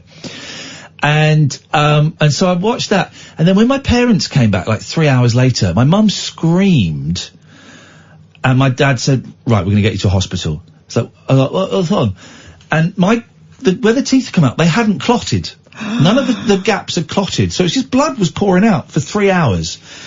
And the washing up bowl, it wasn't full of blood, but there was a lot of blood in there. And I'm like, it's not bleeding. And they took me back to they didn't take me to hospital, they took me straight back to the dentist's, where, and the dentist, just got me to chew on those cotton wool things. And here's the thing, right? Because I've been bleeding for 3 hours. I don't remember how they stopped it. They might have given me a drug to kind of thicken the blood. I'm not sure. And the dentist said, you're probably going to need to eat some sugary stuff over the next couple of days. I know it's ironic me saying this as a dentist, but you lost a lot of blood, so you want to get some sugar into you. So eat some, chocolate mousses, soft desserts, those kind of things, right? And then a few months later, I remember this. A few months later, we had a dentist came to the school, right? I may have been 11 or 12, because it was in the 4th year of primary school, middle school.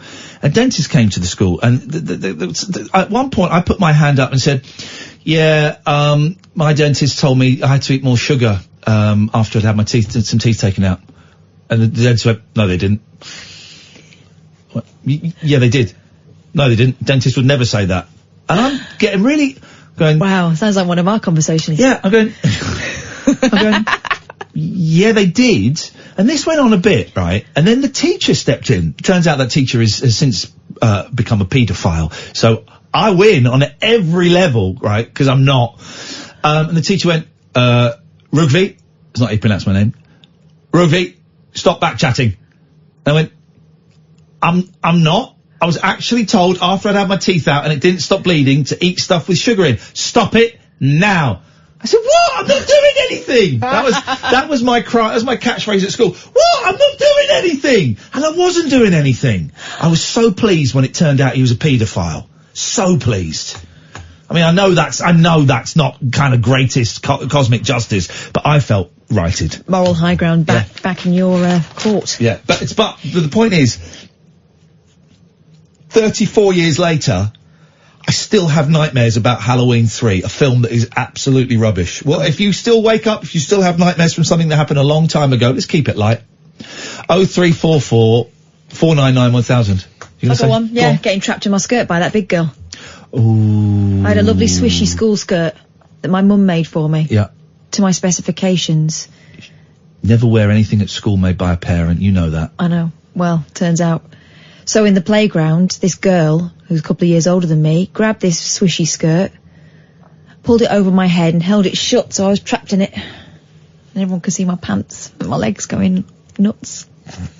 Your nuts? They could see your nuts? My legs are going nuts, but I couldn't get out, because I was all trapped inside this skirt like a paper bag. Has to be said, Sam, Katherine is wearing a long dress today. Don't you dare! I think with a bit of help... Don't you dare! Bit of help, we could do this. We could recreate that scenario. You could. Oh, 03 so embarrassing. 499 1000. Dark vibes, things that keep you awake from long time ago. Chinese water torture. Someone must know what bloody new moon is. And all kinds of stuff. Whatever you fancy. 0344 499 1000. The late night alternative. Iain Lee, Katherine Boyle on Talk Radio. Neon lit night talk for torch singers, trolley dollies, and train wrecks like me. You never know just where the conversation will take you. What I'm going to say sounds ridiculous. The late night alternative with Iain Lee on Talk Radio. 0344 499 1000. We'll take calls straight to it after midnight. So, yeah. A mother was left feeling sick to the stomach after she discovered live maggots were crawling in her brand new B&M rug. What does B&M stand for? We know what C&A stands for. Yeah. Because you'd have the C at the front and the A at the back. That's a joke, isn't it? Yeah. Because I like C&A's. It was a good shop. Clock House. That was the girls' section. Oh, it was, wasn't it? Yeah, I knew I was cool when I had a clock house Yeah, coat. it was, wasn't it? CNA. And then other kids got to know about it, and apparently CNA wasn't cool. Oh, God, my worst thing, I think it's from CNA. I got a coat from CNA for school, getting about 10 years old, and first day of term, rocked up wearing my new coat, looking cool, and then a girl rocked up wearing the same coat. It was unisex. My mum put me in a unisex coat at the age of 10. Jeez. What? I mean, Now that's all the go. Well, exactly. I was ahead of the curve. Yeah, you were the curve. Yeah. The stunned woman from Clevedon in Somerset. Oh, she says something, because I can do that accent. Yeah. Posted photographs of the grey plush rug to the Mrs. Hinch Made Me Do It Facebook group. Right, yeah. What's that? Do you know what this is? Mrs. Hinch is an influencer who tidies up. She's basically Kim and Aggie, but sexy. Oh, well, hang on a minute. You're saying that Kim and Aggie aren't sexy? Which I think is a little. They're not sexy to me. Their own? And no one can do me for it. Aggie is sexy. Which one's? Which one are you talking about? Which one's? Don't start with me, dear. Don't start with me. The other one. Yeah, the Scottish one is Aggie. Aggie's sexy. Kim would destroy you. I can Don't imagine. start with me, dear. I can imagine Kim in like a latex basque. Yeah. Is Basque is like a corset, right? Is that named after Basque separatists? The terrorist organisation, no, or the freedom fighters? But possibly after the Basque country. Okay. It might be the sort of thing that they would wear over a blouse with a skirt, and that's kind Wow, of... they're the sexiest. Who are the sexiest terrorists? 0344 Oh my God. 499 1000. I'm saying the Basque separatists. Tamil Tigers.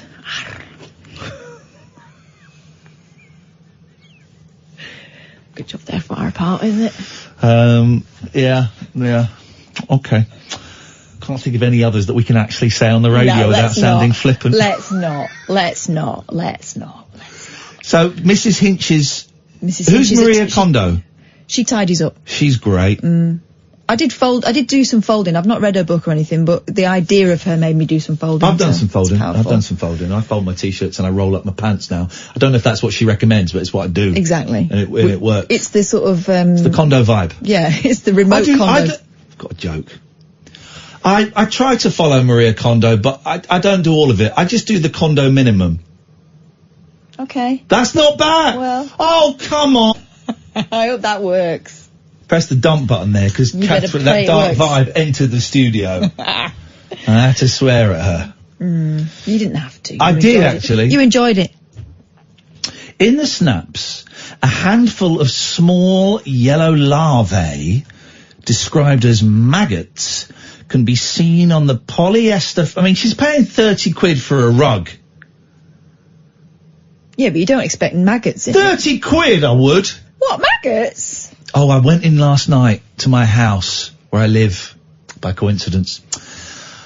Oh, it was disgusting what I found in there. The rug, the sacrificial rug where the cats bring their prey, was covered. It's not an exaggeration. I'm gonna let me get a picture to show Sam. Hang on a minute. Death altar. Was covered in black feathers. Covered, right? Covered. Hang on a minute. I'm gonna come out and turn your microphone on, Sam. There's also a mandolin. They didn't bring the mandolin in. Look at those feathers. Oh my God. Yeah, covered in it, right? Covered. There was also... That was a murder. Yeah, but there was no sign of a bird. No sign of a bird. There was also a baby shrew and a young rat. That weren't no mouse. That was a rat. A ratlet. That was a rat. It was disgusting. And now I'm at the stage now where I just pick them up by the tail and in the bin. But, geez, disgusting. I mean... They must really love you. I hate those cats. What a mistake. I've noticed they've got attitude now where they didn't before. They don't come in the house. They ignore. You more. pop round today, right? It used to be I'd go round there, and one in particular had a real soft spot for me. Lucky. Yeah. She would come and sit on my lap. There'd be a lot of purring. She'd be in between my feet and stuff, nearly tripping me up. Now, disdain. And you don't see Lucky all day. She pops in for 5 minutes about 3:30 to see if there's any food. Then she goes off. And that's it. I hate them. I hate them. Whose idea was they? Was they? Was they? Was they? Whose idea was they? This is Talk Radio. Closing time conversation for tax inspectors, taxi drivers, and taxidermists. Great big talk for the wee small hours. You've been trolling me big time, mate. The Late Night Alternative with Ian Lee on Talk Radio. This is a strange old tweet from Michelle. I was around 6 or 7. We had this glass front door. This is, have you seen this? This is not going to go where you expect it to go. Right. I was around 6 or 7. We had this glass front door. Mm-hmm. Whenever my mother told me bedtime, I had to walk past said door. A miniature Ronnie Wood and Rod Stewart would come through the letterbox and chase me up the stairs. This happened on more than one occasion. Wow, okay. Guys? I mean, they're already quite wee men. Guys? You could have actually been the real ones. Yeah. Guys? Anybody? Gosh. Thank you for that. Those glass front doors were kind of terrifying, though, when you were a little kid. Oh, I broke them by... We had a path that sloped down, and then, of course, there was a doorstep, and I'd found a golf ball, and so I would roll it down the thing, and it would bounce into the step, and I did it once, and it rolled down, and it bounced up the step and just smashed straight through the glass of the front door. My sister smashed ours by... she went through this phase when she was really little of anything that was too heavy to carry from upstairs, she would just lob down the stairs, and the front door was at the bottom of the stairs. She threw a chair down one day, straight through there. Jesus. And then... Well, I got in trouble once with the glass front door because... You having sex up against it? No, this is when I was really little. All so right. I was like maybe 5 or 6. My mum was outside chatting to the other mums after school, and I'd gone inside. And my mate was out there with their mum. So I decided to make my mate laugh. I would Okay. pull a moonie and press my bum against... press my bum against the glass front door. My mum went absolutely nuts. My kids still... Turned out the frosted glass, you can still tell it was a bum. My kids still talk about the day I scored a goal in the back garden and dropped my trousers and mooned. Has been there. Even if they think about it, they bend over and start laughing, and their faces go bright red. They can't speak. Funniest thing they've ever seen in their lives. The Mooney! The great. Mooney needs Gone. bringing back, doesn't it? It's gone. Now it'll be... I mean, is it sexual harassment? It could be It would be seen as that now, but it wasn't. It was showing your ass. It was just funny. It was funny. It was a little bit of sort of... It was kind of like sticking your 2 fingers up. It's that great British disrespect for everybody. Exactly. Sticking your bum out of a window. Like Jarvis Cocker. When was the last time... Except he didn't pull his pants down. No, but he did bend over and When slap was his the bum. last time you saw an arse sticking out of a coach or lorry window going down a motorway? 0344 499 1000. Just the idea of it's brilliant. Great, man. It's great. And women don't do it very often, but... Oh! I'll tell you exactly when the last time I saw a Mooney. I'll tell you exactly the last time. It was about 6 months ago. I told you this. It was when maybe a little bit longer. I took the boys to see a Spice Girls tribute act at the Wickham Swan. And it started kicking up in the, on one of the tiers. Too much Prosecco, wasn't Started kicking off, and there was a fight going on to the point where the Spicy Girls, whatever they were called, stopped the act and walked off. The house lights came up, and it was these women arguing, and then someone poured a drink over someone, and stewards were trying to get them out, and they were, I'm not effing going. There's a group of about 5 of them. They were drunk. They'd won a bottle of wine early on as well. I think they'd caned it. And then the whole crowd are going, kick 'em out! Kick 'em out! And my boys are going, what's going on? I said, oh, it's just, it's okay. And then one woman, and I mean, fair play, it was an amazing ass. This woman actually had these striped pants on, and she sort of stuck her fingers up to the entire theatre. So there's like 1,000 people there. She turned around, pulled her trousers and her pants down, waggled her ass in the air, pulled them up, and then strode out defiantly. She strode out because she had won. I think that's a great British retort. That was probably a year ago. It's about a year ago. If anyone can beat that. You know she does that regularly. Yeah, oh, God. That isn't the first time. Those trousers came down very, very quickly, it has to be said. Let's go. Let's go to Mark. Good evening, Mark. Hello, Katherine and Ian. Hello, Mark. What you got for us? You were just saying about cats. I'm just looking at Bella.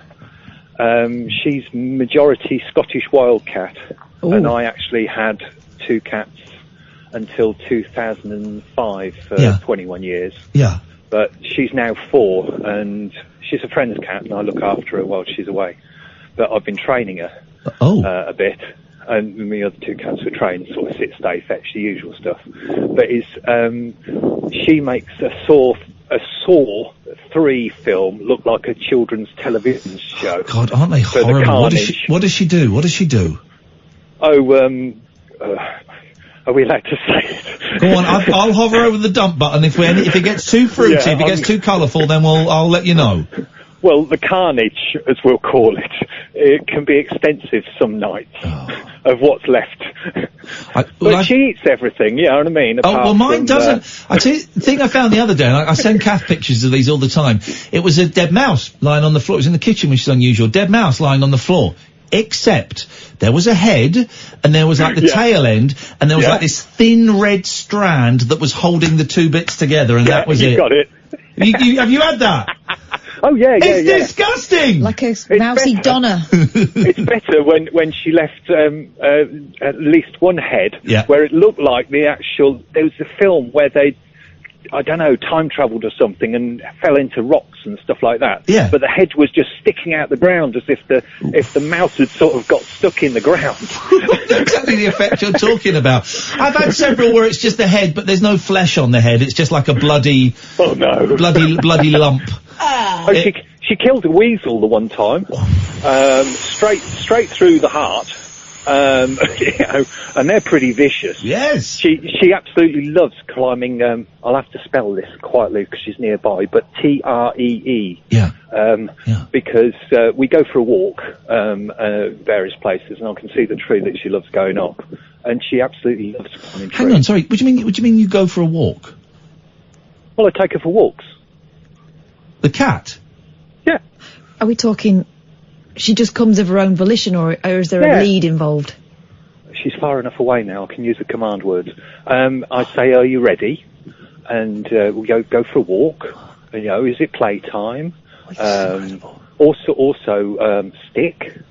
That stick means sort of. I use. You play pontoon with her? No, it's a very soft willow stick, and with say the little leaves on the end, or a long piece of grass where you've taken the furry bits off the end. Yeah. So there's no pointy bits to make it soft, and you rub it on the ground, and they'll chase after it. And she's got really fast now, like really fast. You just call her, and she knows. You know, usually knows we're going to the tree or going to the field or the forest.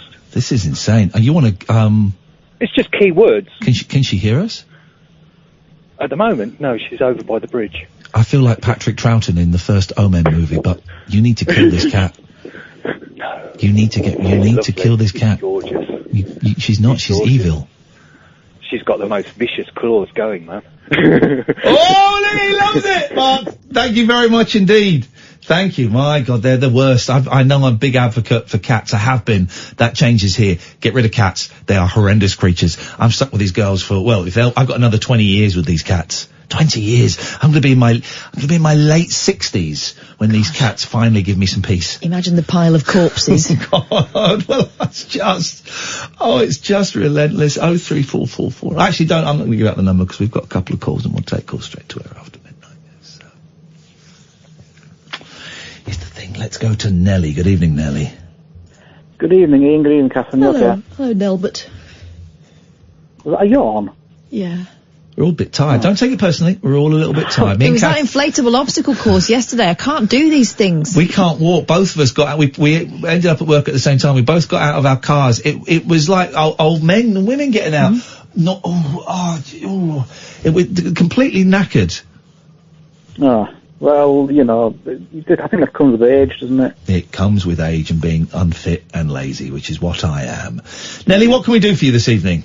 Well, a couple of things. I mean, I've got 2 cats, and just tonight, one of my cats, Charlie, brought in a mouse.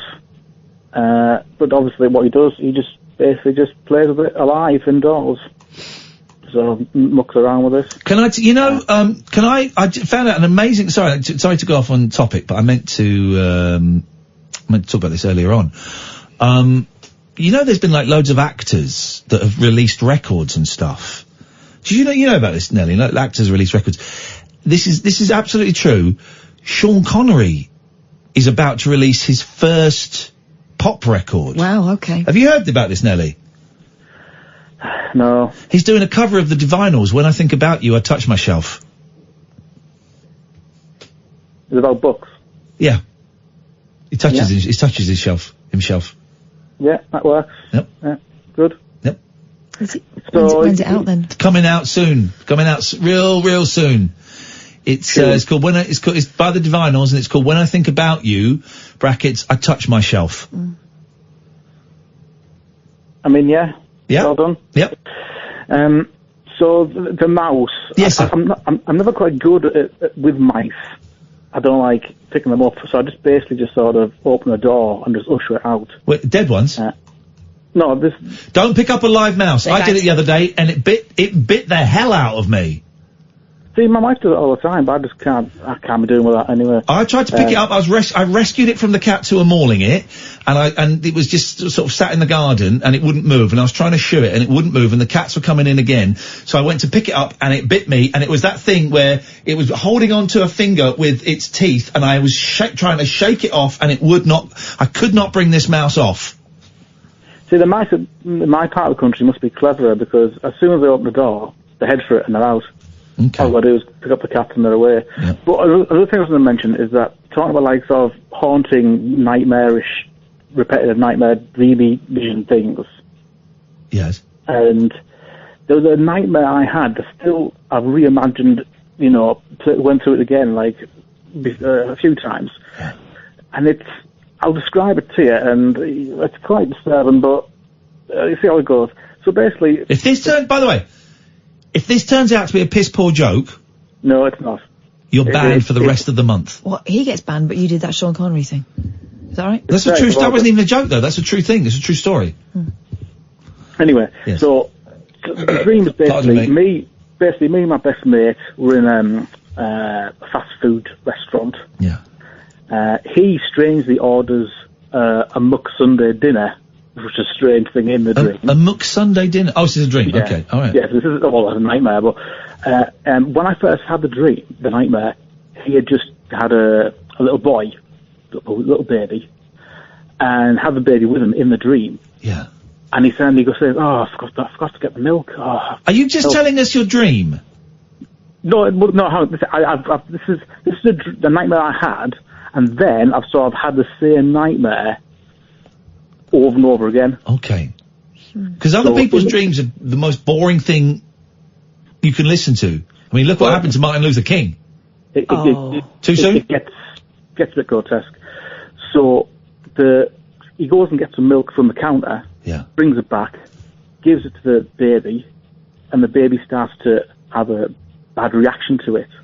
And what happens in the nightmare is the baby's head starts to shrivel up. Yes. But its facial features stay the same size and get mixed up on its face. Yes. I try and save the baby by giving it a kiss of life. Yes. And when I do it, the top of its head blows off. Okay, that's that. I mean, thank you, Nelly. Thank you for filling 3 minutes of time. I think. Also, never give a baby a kiss of life. And also, if its head is shrinking, you surely you just like a balloon. Put your finger in its mouth. There we go. Katherine. Hello. Hello, Katherine. What have you got for us tonight, please? Thank you, Nelly. Just talking about jobs when you were younger. Yeah. And I must admit, for 6 months afterwards, this job gave me nightmares, and it was silly. I used to work for Britain's Toy Factory. Oh. They used to do the lead soldiers and all that sort of stuff. Little models. Little models. Little buggers, more like. My job was to go and paint the stripe on the trousers of the uniformed soldiers. What? That was my job. I used to have to paint. I would get the uniformed soldiers, but the stripe would be plank metal, so I had to paint the red stripe down the toy soldiers' legs. Flippin' heck. It was horrible. And I stuck it for, I didn't think it was very long. And I then started to have nightmares about different types of armies walking towards me. My God. Also a bit of lead poisoning going on there as well, so you'd actually be going nuts. Moaning that their leg hadn't been painted, and it was absolutely terrifying. It was really, really scary. Do you still get these dreams about impending doom and soldiers? Well, very rarely now. Think you're getting it tonight, Catherine. I Yeah, think it's happening probably. tonight. It's happening tonight. Thank you, Catherine. We're going to take calls straight to air after midnight. Thank you for that, Catherine. Thank you, Nelly. You can carry on talking about what we're talking about. Lane is saying it's a new black moon.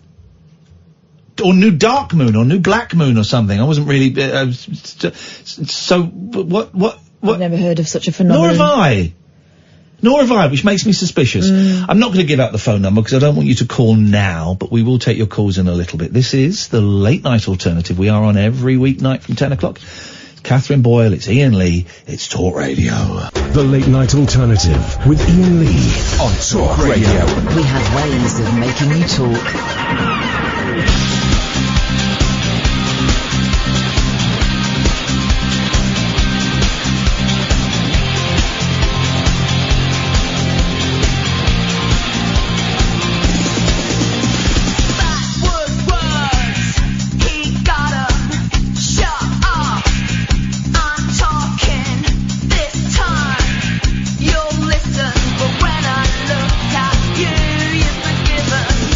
You drive too fast.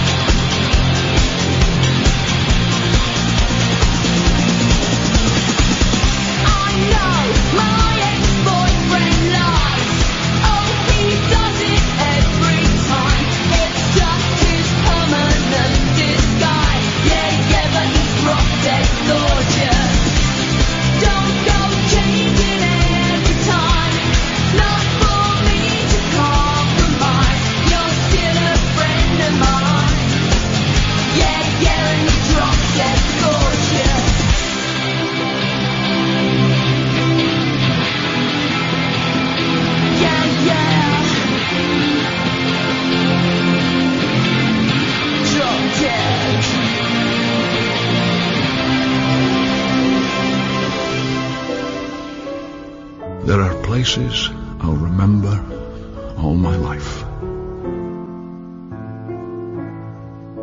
Though some have changed, some forever, not for better. Some have gone, and some remain. All these places have their moments. With lovers and friends, I still can recall. Some are dead, and some are living. In my life, I've loved them all.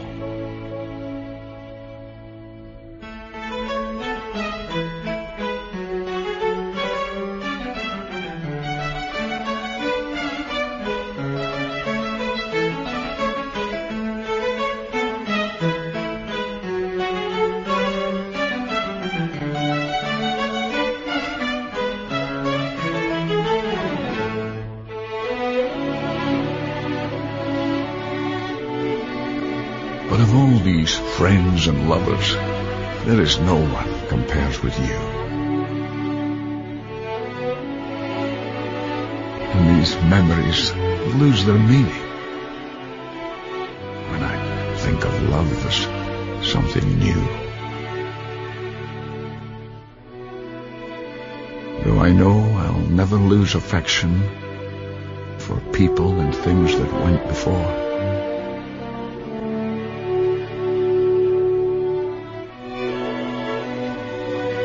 I know I'll often stop and think about them. In my life, I'll love you more. It's the B-side to the new single. In my life, I'll love you more. By Sean Connery. The A-side is called, it's a cover of the Vaginal song. It's called When I Think About You, brackets, I Touch My Shelf. Close brackets. That's the B-side there. It's In My Life by the Beatles. Now, 0344 499 1000. Call straight to air for the last hour of the show, for goodness sakes. Let's try line 1. You're on the wireless. Hello. Hello. So why did you call me? Hot push-ups? It's where you lay down flat on the ground and then you... Okay, it's a pre-recorded thing. It wasn't a live. We've had that before. It's a pre-recorded thing from a withheld number. It's a pre-recorded thing from a withheld number. 0344 499 1000 is the phone number. Steve Jobs is still alive. We started this the other day, then we didn't finish Yeah, I wonder whether he's widowed you, because she's been seeing someone else, hasn't she? The snap taken in Egypt shows a man who looks strikingly similar to the late Apple founder sitting on a plastic chair. Looks exactly like Steve Jobs, so he must be alive. The picture was, after the picture was posted, hundreds of people left comments claiming that the person wasn't merely a doppelganger, but it was actually Jobs himself, despite the fact the tech guru passed away in 2011. He's very tall, Steve Jobs. Yeah, big Jobs. Honestly, wouldn't put it past him. His love for Egypt and that type of simple living, someone speculated. I'm not very into conspiracy theories, but Jobs would be crazy enough to actually do it, said another. The Apple icon. Oh, here we go. And he sat here with his hand on his chin. Near his chin. Right. So he sat here with his hand on his lips, which is near the chin, and that's important. I've seen Steve Jobs do that, so it could be him, yeah. The Apple icon was known for often placing his hand on his chin while he was deep in thought.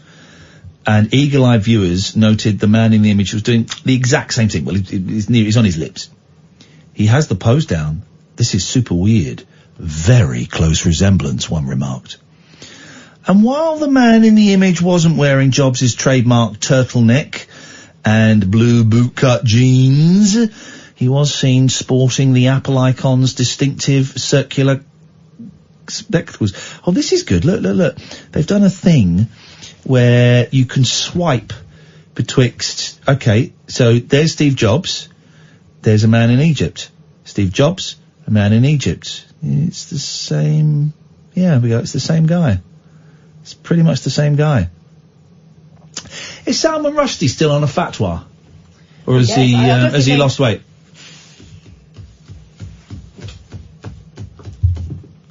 Too soon? Is he on a fatwa? I think... Or has he lost weight? I think once a fatwa, always a fatwa, right? I think it was glandular. No, is he on a fatwa though? I guess... Or has he lost weight? There we go. Which is it? Yeah. Yeah? Is it? Yeah.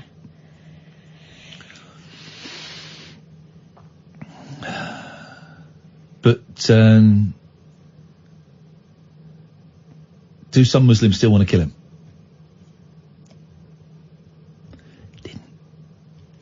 Didn't Yusuf Islam come out in support of the fatwa against Salman Rushdie? You mean the former artist formerly known as Cat Stevens? Yeah. Now known as just as Yusuf. Don't use his last name in when it comes to publicity anymore. No. He supported it because the snackly merchant from 10,000 Maniacs had just done a cover of Peace Train, Cat Stevens songs, and then she pulled it. Because he came out in support of the fatwa. Yeah. It puts us in a not very awkward position. Has he walked that back, though, since then? Could you Google it? I'm going to Google it. I'll take a call, 'cause it puts us in a very awkward position. I'm glad you whispered it. Line 1, you're on the wireless. Hello. Hello. I've got a Brexit a point of law to bring to you. Can I read it to you? About Brexit? Yeah. Yeah, not really interested. You might be. It's a law of constitution bill from 1885, and it reads, the House can, in accordance with the Constitution, be deprived of power when there is fair reason to suppose genuinely that the opinion of the House is not the opinion of the electors. Okay, genuinely not interested in this. Well, it's a fair point to bring up. Well, yeah, but we don't do Brexit. So it's a dull point to bring up. But it's a correct point to bring up. So what? You can bring up a correct point that 5 times 5 is 25. I'm not interested in it right now. Fair enough. Just thought I'd bring it to your attention. But what do you listen to the show? Occasionally, yes. Okay. Because we don't do Brexit. I don't do Brexit on my show either, actually. Okay, well don't do it on mine. I just thought it'd be an interesting point for you to ponder. I'm not pondering anything to do with Brexit. I could not care less. Good on you. Thanks very much indeed for your call. 0344 499 1000 is the telephone number. Following Ayatollah Khomeini's 14th of February 1989 death fatwa against author Salman Rushdie after the publication of Rushdie's novel The Satanic Verses. It was a death fatwa. It wasn't... It wasn't just the ordinary kind. Wow. Yusuf Islam, previously known as Cat Stevens, made statements that were interpreted as endorsing the killing of Rushdie. His statements generated criticism from commentators in the West. In response, Islam said that some of his comments were stupid and offensive jokes made in bad taste. Oh, no. He weren't making jokes in the early 80s. While others were merely giving his an interpretation of Islamic law but not advocating any action. Islam also said that later in the same programme he promised to accept the judgment of a British court if it found Rushdie innocent of any crime, blasphemy or otherwise. Okay. Here's what he's saying that was interpreted. Okay, let's listen with a fresh palate. 21st of February 1989, Yusuf Islam addressed students at Kingston University in London about his conversion to Islam and was asked about the controversy in the Muslim world and the fatwa calling for Salman Rushdie's execution. He replied, "He must be killed. The Quran makes it clear, if someone defames a prophet, then he must die." I wouldn't open with that one. Newspapers quickly denounced what was seen as his support for the killing of Rushdie, and the next day he released a statement saying he was not personally encouraging anyone to be a vigilante and that he was only stating that blasphemy is a capital offence according to the Quran. Okay. Well, that clears that up then. So he wanted him dead. 2 months later, Islam appeared on an Australian television programme, ABC's Geoffrey Robertson's Hypotheticals, an occasional broadcast featuring a panel of notable guests to explore a hypothetical situation with moral, ethical and or political dilemmas. That sounds fun. In the episode, A Satanic Scenario, Islam had an exchange about the issue with the moderator and Queen's Counsel Geoffrey Robertson. Islam would later clarify the exchanges as stupid and offensive jokes made in bad taste, but part of a well-known British national trait, dry humour on my part. Robertson: you don't think this man deserves to die? Yusuf Islam: who, Salman Rushdie? Robertson: yes. Yusuf Islam: yes, yes. Robertson: and do you have a duty to be his executioner? Islam: no, not necessarily, unless we're in an Islamic state and I was ordered by a judge or by the authority to carry out such an act. Oh. Perhaps yes. Some minutes later, Robertson, on the subject of protest where an effigy of the author is to be burned. Robertson: would you be part of that protest, Yusuf Islam? Would you go on a demonstration where you knew that an effigy was going to be burned? Yusuf Islam: I would have hoped that it would be the real thing. Later, Islam stated the following about his above-mentioned comments. They were jokes. I foolishly made light of certain provocative questions. When asked what I'd do if Salman Rushdie entered a restaurant in which I was eating, I said I would probably call up Ayatollah Khomeini, and rather than going on a demonstration to burn an effigy of the author, I jokingly said I would have preferred that it would be the real thing. What was the name of the programme? It was called Geoffrey Robertson's Hypotheticals. Okay. And Geoffrey Robertson is a QC.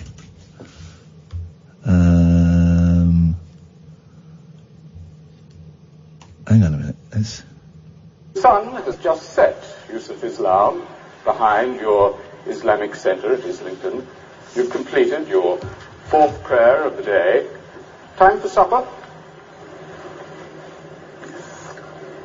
You go to eat at a little halal restaurant near your Islamic Centre in Islington. As you're halfway through your meal, you suddenly recognize a man at a nearby table. He's an author. His name is Salman Rushdie. What do you do? Depends on my mood that evening. I mean, I may concentrate more on my meal, or I may concentrate on I can't answer that very clearly. You don't think that this man deserves to die? Who, Salman Rushdie? Yes. Yes, yes. And do you have a duty to be his executioner? No, not necessarily, unless we were in an Islamic state and I was ordered, let's say, by the judge or by the authority. Not the funniest gag I've ever heard. An act, perhaps, yes. Yes. Gets on the front page of The Independent. Weeks later, nothing has happened. The book is still in stock. They come to you and say, we want to hold another demonstration. March to the town hall. This time we're going to burn an effigy. An effigy of the author. Is that all right? We are going to be questioning the motives, because it may now be a situation where they are wanting to cause breach of the peace, or the situation is likely to encourage people to cause public disorder. The town square is going to be full of Muslims. We're going to peacefully club the effigy to death. I would be looking at the demonstrations itself. I would be looking what opposition has been attracted. Would you be part of that protest, Yusuf Islam? Would you go to a demonstration where you knew that an effigy was going to be burnt? I would have hoped that it'd be the real thing, but actually, no. If it's just an effigy, I don't think I'd be that moved to go there. Yeah. Can I still listen to Morning Has Broken? But he's walked that back since, I think, hasn't he? Yeah, he's obviously thought better of it for whatever reason. Well, he was very extreme. Extreme is a powerful word, isn't it? When he was the first few years of his faith, he was followed it by the letter. That's why he stopped making music, because his interpretation was you weren't allowed to make music with stringed instruments. You could do it with, like, drums and stuff, but you couldn't do it with stringed instruments. He also divorced his wife and married, or maybe he wasn't married, but he had an arranged marriage and all of that. I'm going to say it. Nonsense. I don't know. There we go. Well, that's that sorted. But Salman Rushdie, has Salman Rushdie still got a fatwa? I think so. Or did he lose some weight? God. This is Talk Radio. The late night alternative with that man, Iain Lee. There's no strangers here, just friends you haven't stalked on Facebook yet. Have never sent my picture to anyone who didn't request it. The late night alternative with Iain Lee on Talk Radio. Yes. 0344499 1000 is the telephone number. Latex Halloween, call straight to air, by the way. Latex Halloween scars on sale at Home Bargains have been causing a stir for their resemblance to something entirely more X-rated. The horror movie style special effects were spotted on sale at the Bargain store in Newton Abbot, Devon. The gory props are designed to mimic a wound, but after a picture of them was posted on the local Facebook group, they sparked a very different reaction. Many compared the latex scars to a vagina, with social media users baffled at the design. One says, glad you said it's Home Bargains, I thought it was Ann Summers. And somebody else said, I must admit, my first thoughts were not Halloween related. Another admitted, I'm not the only one, I thought I was being a pervert. Another joked, stop fannying around. Home Bargains were approached for comment, but spokesman told Devon Live the company was not able to comment. And they do look like the openings to a fleshlight. I better mime it there. Sorry, I just couldn't think what the word was, but they do. Hallow Scream, Latex Scar. It's a little bit of saucy fun. Line 1, you're on the wireless.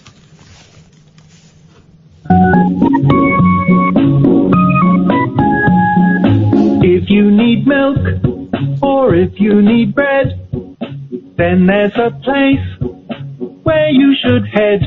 At the supermarket, you can buy everything. This sounds like Cat Stevens. Grocery shopping. You can do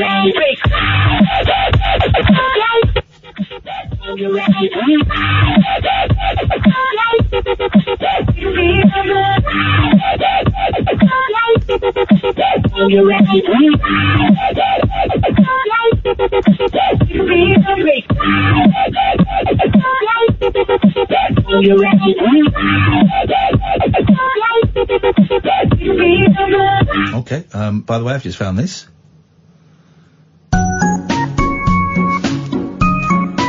Internet wonderful. If you need milk or if you need bread, then there's a place where you should head.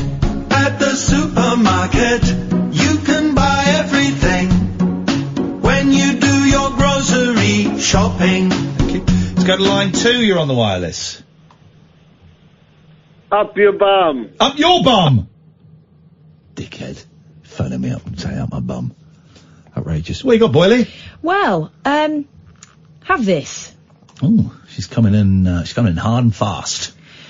When getting ready to hit the club with your closest gal pals, muses the Mirror, you're likely to spritz yourself in your favourite perfume before you dash out the door. Excellent point. But one woman has a slightly different ritual she follows when preparing for a big night out. She pees on her hands, then rubs it through her hair. Almost.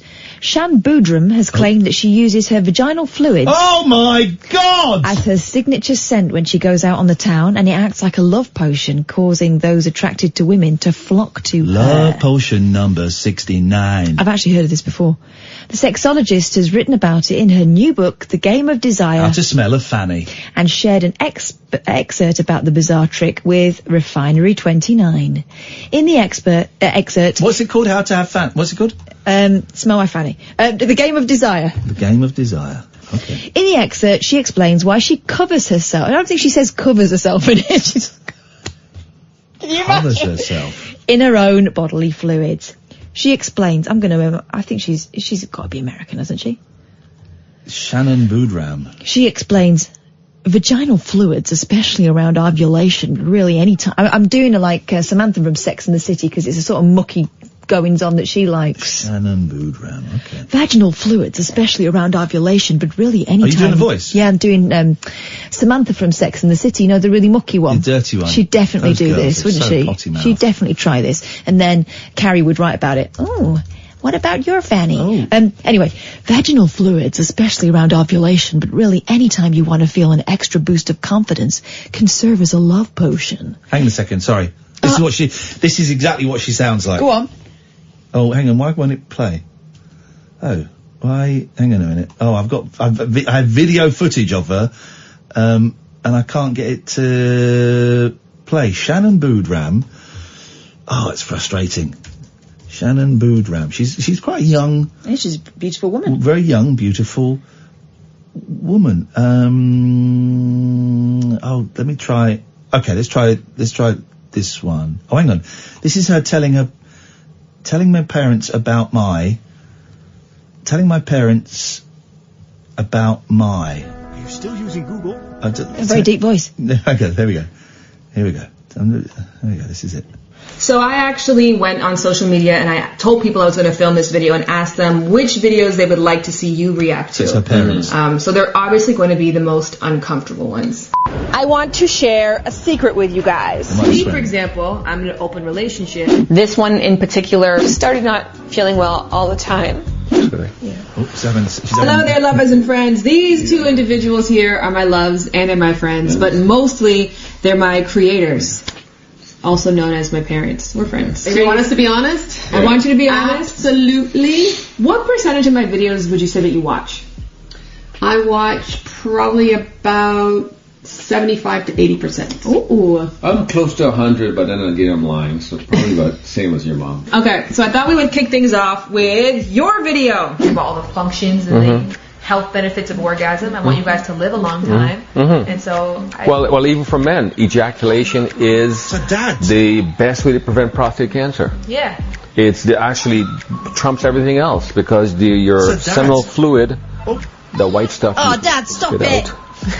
They know, Dad. Okay. They watch this channel, they know. Okay. How do you feel about people who think it's creepy that... Yeah, it's one where she's having sex party.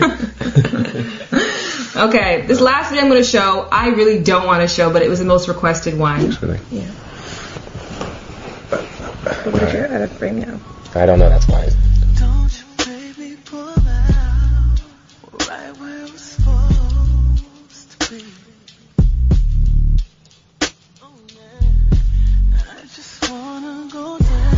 What's going on there? You don't want to know, Catherine. I do. And this is the one that they wanted to have our reaction to. This is the most requested. This is the most requested. Why would you want to show a video of you having sex to your parents? For likes. Well, she's only got 93,000 views.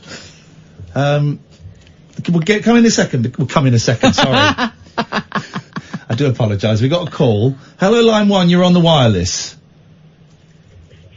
Hello. Hello, you're on the air. I'm on the air. Nigel. Nigel, you've got to start the phone conversation. This is the last time I'm going to say it, mate. You've got to start the phone conversations in the one spot in your house where you can get a phone signal. Hang on a second. I'll just get off the Yeah, next time, just start there because... Yeah, I'm sorry about that. That's all right, Nigel. What have you got for us? Isn't it? Yeah, can't hear you, Nigel. So what have you got for us, mate?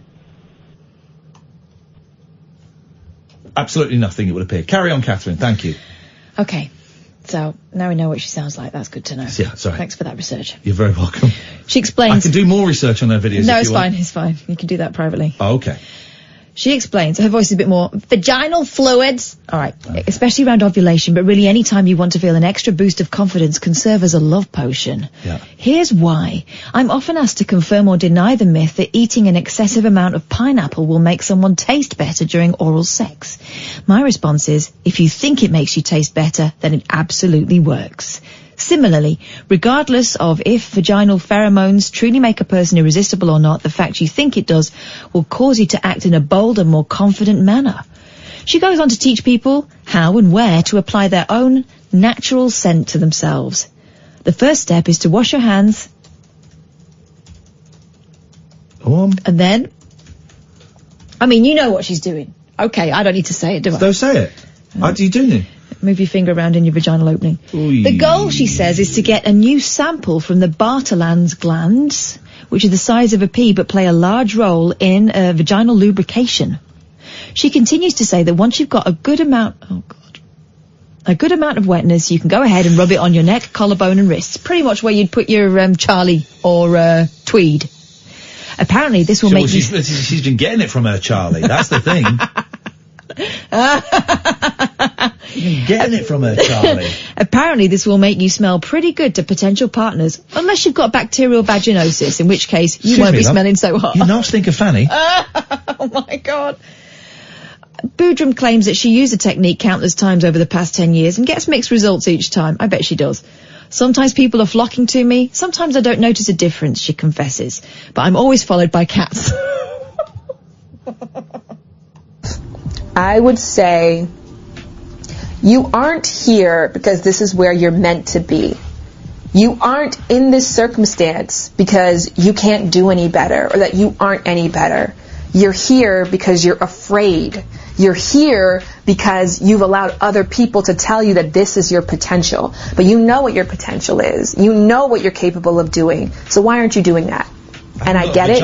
It's not easy. And I get it. It comes with heartbreak and disappointing other people. And sometimes even setting yourself back. And maybe choice even... She's going to come on the show. I've just tweeted her. She's not said yes, but I think she's going to say yes. I'm certain that every single time I employ it, it makes me feel like an enchanted goddess with a delicious secret, she says. Okay. It ain't secret no. Sorry? Hello? No, not straight to air. Yeah, straight to air. Oh, I've already called, so I can't have double bubble. Straight to air, you can have double bubble. The rules don't apply. Oh, I didn't know about the rules. What were you doing then? Why did you ring? You wanted to have a chat with Sam?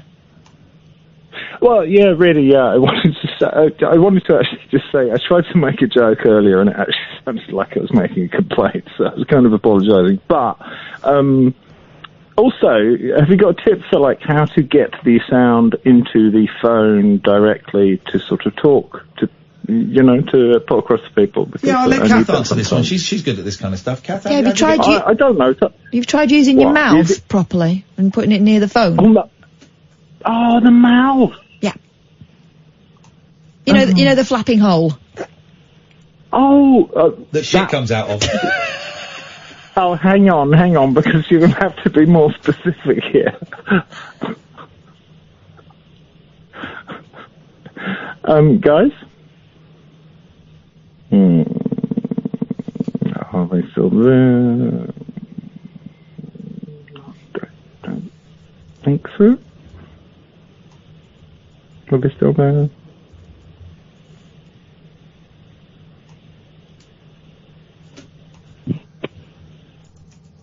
There we go. So get rid of them. Shanna's replied, I would love to. Do you want to email her? She's just tweeted us her email address. Sure. Email incoming. Let's get her on next week. Let's get her on one night next week. It'll be I'm all about embracing, and I don't want people to be squeamish about their fannies and stuff. I just don't want to... Well, we can say, do you know what? I think she'll get it. I think she gets it. I think she gets it on a regular basis. I think I think she'll be good. I think we'll have a good laugh with her. I'm laughing at her videos there, but I liked it. I like that. I've been watching a lot of YouTubers recently because my kids like YouTubers, and I mean a lot of them are rubbish, but she was quite good there. But boys were watching something. It's these gamers, but they were just drinking sodas, right? Sodas versus real food. And so they would have like pickle flavored soda. Ugh. PBJ, you know what PBJ is? Peanut butter and jelly. PBJ soda. I've got back into jam sandwiches in a big way recently. Yeah, you were saying. Oh my God, they're so good.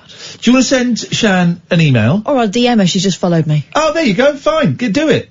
Let's, you DM her, you start chatting with her, and, let's get her on.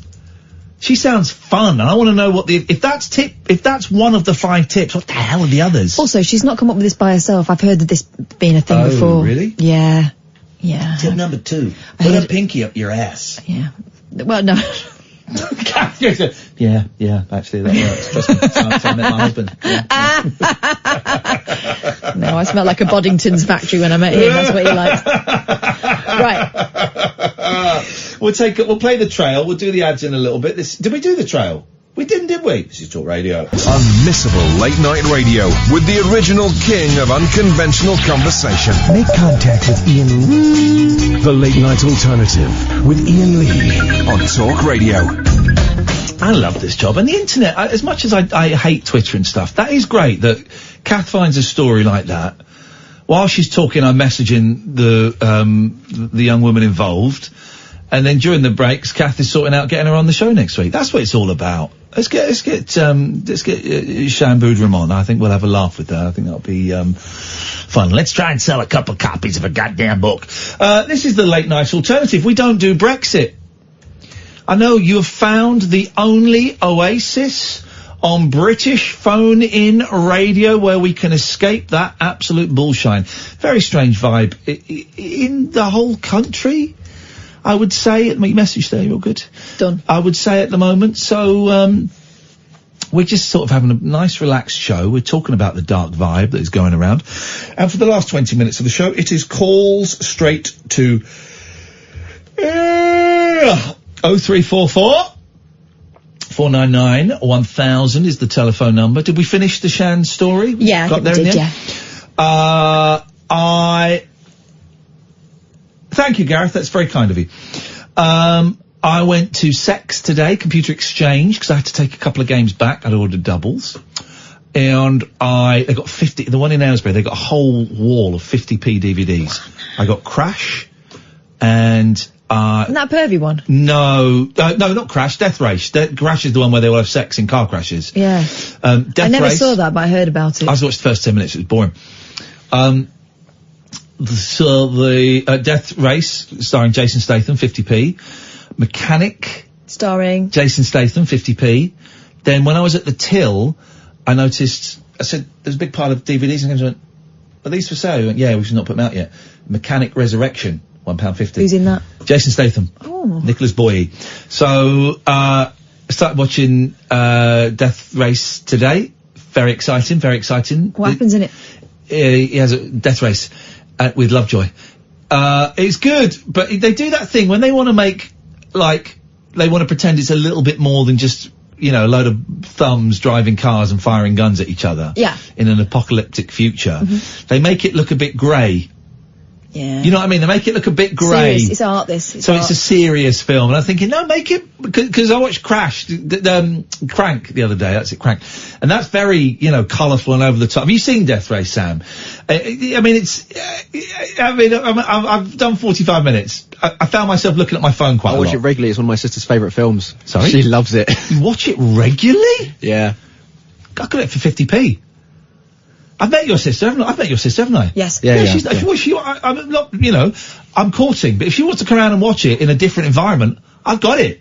I can lend her my copy if she wants to watch two at once. I'm cool with that. So how many times have you seen, Death Race? I mean, it's double digits. Like, it's got to be 15 odd. All right. Wow. Well, okay. As a guess. Wow. How much did she pay for it? I don't know, because it's one of those things that we've had for so long. Yeah. Like, I think we got it as soon as it came out. Oh, wow, yeah. Because I think I saw it at the cinema or something at the time. I got it 50p. Because them DVDs used to be a lot more pricey, didn't they? I was stood in Computer Exchange. I don't know that many Jason Statham films. So I had Jason Statham's IMDb page open, going, right, Mechanic. No, they haven't got it. And just go and looking for the films, and then I found those three. I was so thrilled. So thrilled. Mm. That's life to me. That's what life to me. I've run out of stuff to say. I'm taking 4 children to the cinema by myself tomorrow. Oh, I threw something up there and it didn't come down. Spooky. Well, you wonder why the studio makes noises. Yeah, it does. It just rattles. It's full of experiments. What are you going to see? Angry Birds 2. You'll like it. It's a good film. Not as good as the first one. I can't really remember the plot of the first one, so I might have to refamiliarise myself. You know the game Angry Birds? Yeah. What was that? Am I right in thinking that in the first one, spoiler alert by the way, if you've not seen Angry Birds. What's that noise? Sorry, I'm just letting out a slow one. Gosh, a low rumble. Yeah. So it's like an underground train. Yeah, well. In a way it is. Please tell us what happens in Angry Birds. Angry Birds, if I remember rightly, the pigs arrive and everyone thinks they're nice, but they're not. Yeah. Then what happens at the end? They the Angry Birds fire off into the pig city and rescue the babies. Yes. Because they're eating the eggs, aren't they? Yeah. And then they go home. Okay. So Angry Birds 2, Back in the Habit. Angry Birds 2, same thing, do. except it's eagles. Yeah, because that's the next level, right? Yeah. Oh my God, this could go on forever. The second one's not as good. The first one's great. The first one is my eldest favourite film, and he told me he watched it 5 times in one day once. So he's on a par with your sister. The girls like the Angry Birds film as well. It is I thought that was going to be crap as well. It should have been. Yeah. Films based on games are always pony. Although Wreck-It Ralph was also good. Okay, but sorry, films based on games are always pony. Wreck-It Ralph's a game, right? No. Yeah. No. Yeah. No. Was after the film. Yeah. So it is, yeah. No. Thanks very much, guys. Films based on games. Based on a game. It's not. You didn't say based on a game that already existing. Yeah, based on a game. Be a bit more specific. And games then based you can on pull films. Me up about things. Okay, you're a dickhead and you know it. Oh. 0344 499 1000. Oh, hang on, we've not done this yet. Let me do this. No, but let's not do anything. Let's close the computers down. Did we do the adverts? Do the adverts. When we come back, we ain't doing nothing until we get some. Close the computer. Put the computer away. Unplug the computer. Put the computer away. We're not relying on any special effects for the last. Put it away. I can't. Well, it is away. I haven't got my case. We're not. Okay. We're not relying on any special effects for the last 20 minutes of the show. We're doing this au naturel, right? Play the ads. Moonlit musings from mums, madams, and meat packers. Oh, never mind, I must have misheard. The Late Night Alternative with Ian Lee. The station's brilliant. On Talk Radio. Okay, no special effects. We're going au naturel. Computers are closed, they're gone. We're going to take calls straight to air. We've only got about 11 minutes till Martin Kellner comes in, Killer Kellner. So 0344 499 1000. Phone up, do whatever you want. Don't swear, don't be libelous. There's a 7-second delay. With that in mind, let the games commence. Line 1, you're on the wireless.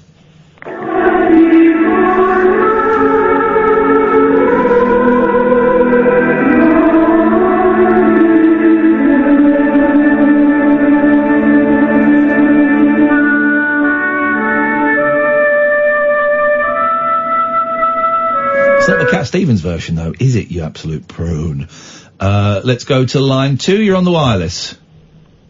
Old MacDonald had a farm. E-I-E-I-O. 0344 499 1000 is the telephone number. There you go. A little insight into the workings of the Great British Mines. Oh, I suddenly became very self-conscious there as I said... Mines. No, as I said great. Oh. There was a pause between great and British, and I thought, oh, I'm really hyper self-aware. Isn't it funny? Let's go to line 3. 3, you're on the wireless. Oh, is that me? That's you. Oh, Ian, hi. First time caller. 2 things. One, I wanted to talk about your conversation with, was it Mel 2 nights ago? Yes. Yeah, you were recommending some audiobooks as part of a possible therapy. Yes. Just so you know, I was off work for quite a while a little bit ago, and all I did was listen to, well, not all I did, but mostly Ian Lee stuff on YouTube, actually, which I found very comforting. Hey, nice one, man. Thank you. What kind of stuff would have been helpful and not made things worse? No, yeah. So I started off with like the kind of funny stuff, if you like, the characters, Barry. Obviously, Stephen Murdoch, Professor Lavens. Yeah. Obviously these are very serious people with serious points to make, but I found it quite amusing. Yes. And then I kind of moved on to the more serious stuff. It's harder to remember those callers. Oh no, I don't expect a full discography. I just curious. That's it, right? Well, yeah. Hey, thank you, man. How have things have things improved? Yeah, much so. Yeah, I mean, this was about 6 months ago. Yeah. Everything's sort of back on track now. Brilliant. But honestly, I've listened to hundreds of rabbit hole stuff and whatever else on YouTube. Wicked. So I recommend that to anyone else. The second thing I was going to say is why PS4 and why not Xbox? Oh, did you just send me that tweet? I did. I just saw that. And you got, I know. Yeah. You got a really funny picture of you. Is it? I don't know all the Star Wars characters. Is it Darth Maul? It's not Darth Maul, is it? It's not. It's Kylo Ren. Kylo Ren. Sorry. Okay, I was only had a quick glimpse. Yeah, that's all right. I've got both of them. Oh, I was a big Xbox fan for a long time, and then about 18 months ago, I bought a PS4 because I wanted to play a game that was only on the PS4, and I thought I'd treat myself. What was that? Do you know? No, it wasn't. I tell you what it was. I wanted to start streaming to Twitch, and Xbox makes it tricky to stream to Twitch, or it certainly did about 18 months ago, 2 years ago. So I got a PS4. And I'd moved out of the marital home, and I was living in a little bedsit, and I thought, I'm gonna buy something ridiculous and decadent for me. So I bought a PS4 and a big telly. But now I have both, and my kids tend to prefer the Xbox One, and I kind of prefer the PS4, but they're both really similar now.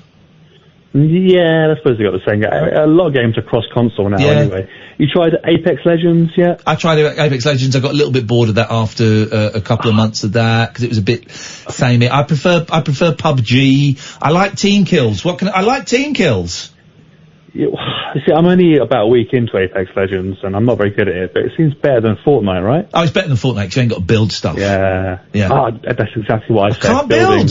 Yeah. You ever play Fortnite, Kat? No, I can't. Because, there's an unfair advantage to people on PC, because they've got, like, all these little macros they can do. You sound exactly like my eldest. He was telling me about the macros on PC. Yeah, I can't get my head around it. I mean, I'm in my 30s, and I just feel like when I was in the computer exchange shop, today, I had to physically restrain myself from buying a Switch. I had to stop myself from buying it. I want to wait until when the new Switch comes out, because I'm really hoping prices drop. Is there a new one? I have got one, but there's not many occasions where I really bring it out, to be honest. Get it out. I have to go. Kat's yawning. I have to go. That means too much computer game chat. Hey, listen, it just means I'm knackered. Listen, I'm really glad you're feeling better, and thank you very much for the kind words you say. But imagine if someone phoned up depressed and suicidal, and I said, well, what you need to do is you need to find my YouTube channel and watch as many clips of me as you possibly can find. That will sort you out. But thank you. I'm glad it worked for you, man. That really means a lot. Line 2, you're on the wireless. The wheels of the bus are square. The wheels of the bus are square. Thank you. Let's go to line 3, you're on the wireless. Hello, Ian. Hello, line 3. Hello, how are you doing, alright? I'm alright, thanks very much. Yeah, thanks for taking the call. I was just, by the way, Crank is one of the best films I've ever seen, by the way. Wow, you haven't seen many films. I mean, it's a great film, but I wouldn't say I wouldn't put it up there with one of the best. Jason Statham film, sorry. Yes. No, I was just, you were saying earlier on about the vibes over the last 3 weeks. Yeah. Not being too good. Yeah. I think it's been like that for a while, actually. Just watching Periscope tonight, I got annoyed because it froze. And but 20 years ago, when you remember dial-up modem? Of course, I remember dial-up modem. They're my favourite band. But what I'm trying to say is, we never used to take things with a pinch of salt them days, but we expect things on tap nowadays. Yeah. Maybe that's why people are what they are now. I don't know. Everyone expects everything now, and they expect it instantly, and they expect it for free, and they expect it to work, and goddamn if anyone's put any effort into making it, who cares, I want it now. And I think there is an element. Yeah, I think there probably is an element of that, actually, that whole 5G technical wizardry type thing going on. I hadn't considered that, but there's probably something in that. Yeah, exactly. That's all I wanted to say. Either it was that, or it was Cass' opinion. I like Cass' reasoning that someone sprayed over the atmosphere and made us all deluded. Where's the penguin? I want to know where the penguin is. What do they call it? The chemtrails. It's chemtrails. That's what it is. Thank you for that call. Let's go to line 2. You're on the wireless. Quick, press play. Hello? A bit too far away. Can't hear it. this is the problem with modern mobile phones, right? Is if you have it on speakerphone, which you think would make sense if you're going to play something down the phone. I've done this. Phoned up that Bruce Lee podcast and played something down the phone. And then when I heard it back, I was so embarrassed because it was like this. Couldn't hear it. But the speakerphone, but it just doesn't work. The way the microphones are built is it kind of automatically cuts itself out if it gets too loud or something like that. So, it doesn't work. Oh, I've pulled the fader off. Don't panic. So sorry about that, 5453. Okay, they've gone. Yeah, it doesn't work. The old landlines, you could hold it up to the TV. Yeah. And it would play. Or to the rest of the family, because you were saying hello to Grandma. Yeah. And it would play it down, and now it's all like limiters, and it cuts you off, and if you're on speakerphone and I say something, then it automatically it's a bloody nightmare. It's a nightmare. It's killed the phone-in radio industry. We've got another couple of minutes. If anyone wants to give us a call, we'll take calls straight to air. Here comes one. Line 1, you're on the wireless. It's almost like the internet's not working. Because the internet's not working. Are you joking? I'm not joking. Because the internet's not working. It's not working every day. Are you a real person? Joking, I'm not joking. You're not a real person, are you? You're recording. Are you joking? I'm not joking. Because the internet's not working. I'm not joking every day. Because the internet's not working. I'm not joking. Are you working? Because the internet's not working. It's a good song. Are you working every day? I made it up myself. Are you a real person? I am a real person, yes. Shut up, no! What's reversing? No, I am. I thought you were recording. No, that was my song. I made it up. Oh, man, you've blown my mind. Genuinely, I was resigned. I kind of shrugged my shoulders. Oh, it's another recording. Mr. Gaz. At Mr. Gaz. At Mr. Gaz. At Mr. Gaz. At Mr. Gaz. Do the song again. Mr. Gaz. Cause the internet's not working. Are you joking? It's not working. Cause the internet's not working. Are you joking every day? Cause the internet's not working. It's not working. Are you joking? Cause the internet's not working. It's not working. Are you joking? Cause the internet's not working. I'm not joking every day. That's it, man. Mr. Gaz, I can't find you. Is it MR Gaz? Mr. Gaz, yeah. At Mr. Gaz. Gareth Howard. It's Mr. Gaz. That's me, Mr. Gaz. Yeah, I've heard you quite a few times. Are you the flautist? No, I'm not a flautist, no. Oh, in that case, many things. In that case, get lost. Oh gosh, hello, Mr. Gaz. Have we spoken before? Brother, you're right. Yeah, we've spoken a couple of times. Yeah. You're a good-looking man. Look at that. You wear that bow tie well. Yes. The old dinner jacket is... saying I look like an out-of-work rent boy. It was not very nice. Out of work? Well, you look like a very wealthy rent boy. Mr. Gaz, we have to go. Thank you for that. Good evening, Martin Kellner. Good evening to you. How are you? Yeah, good, thanks, mate. Really tired. Tired. We both went to this water obstacle course thing yesterday with our kids, and we are, I'm going to say it, effed.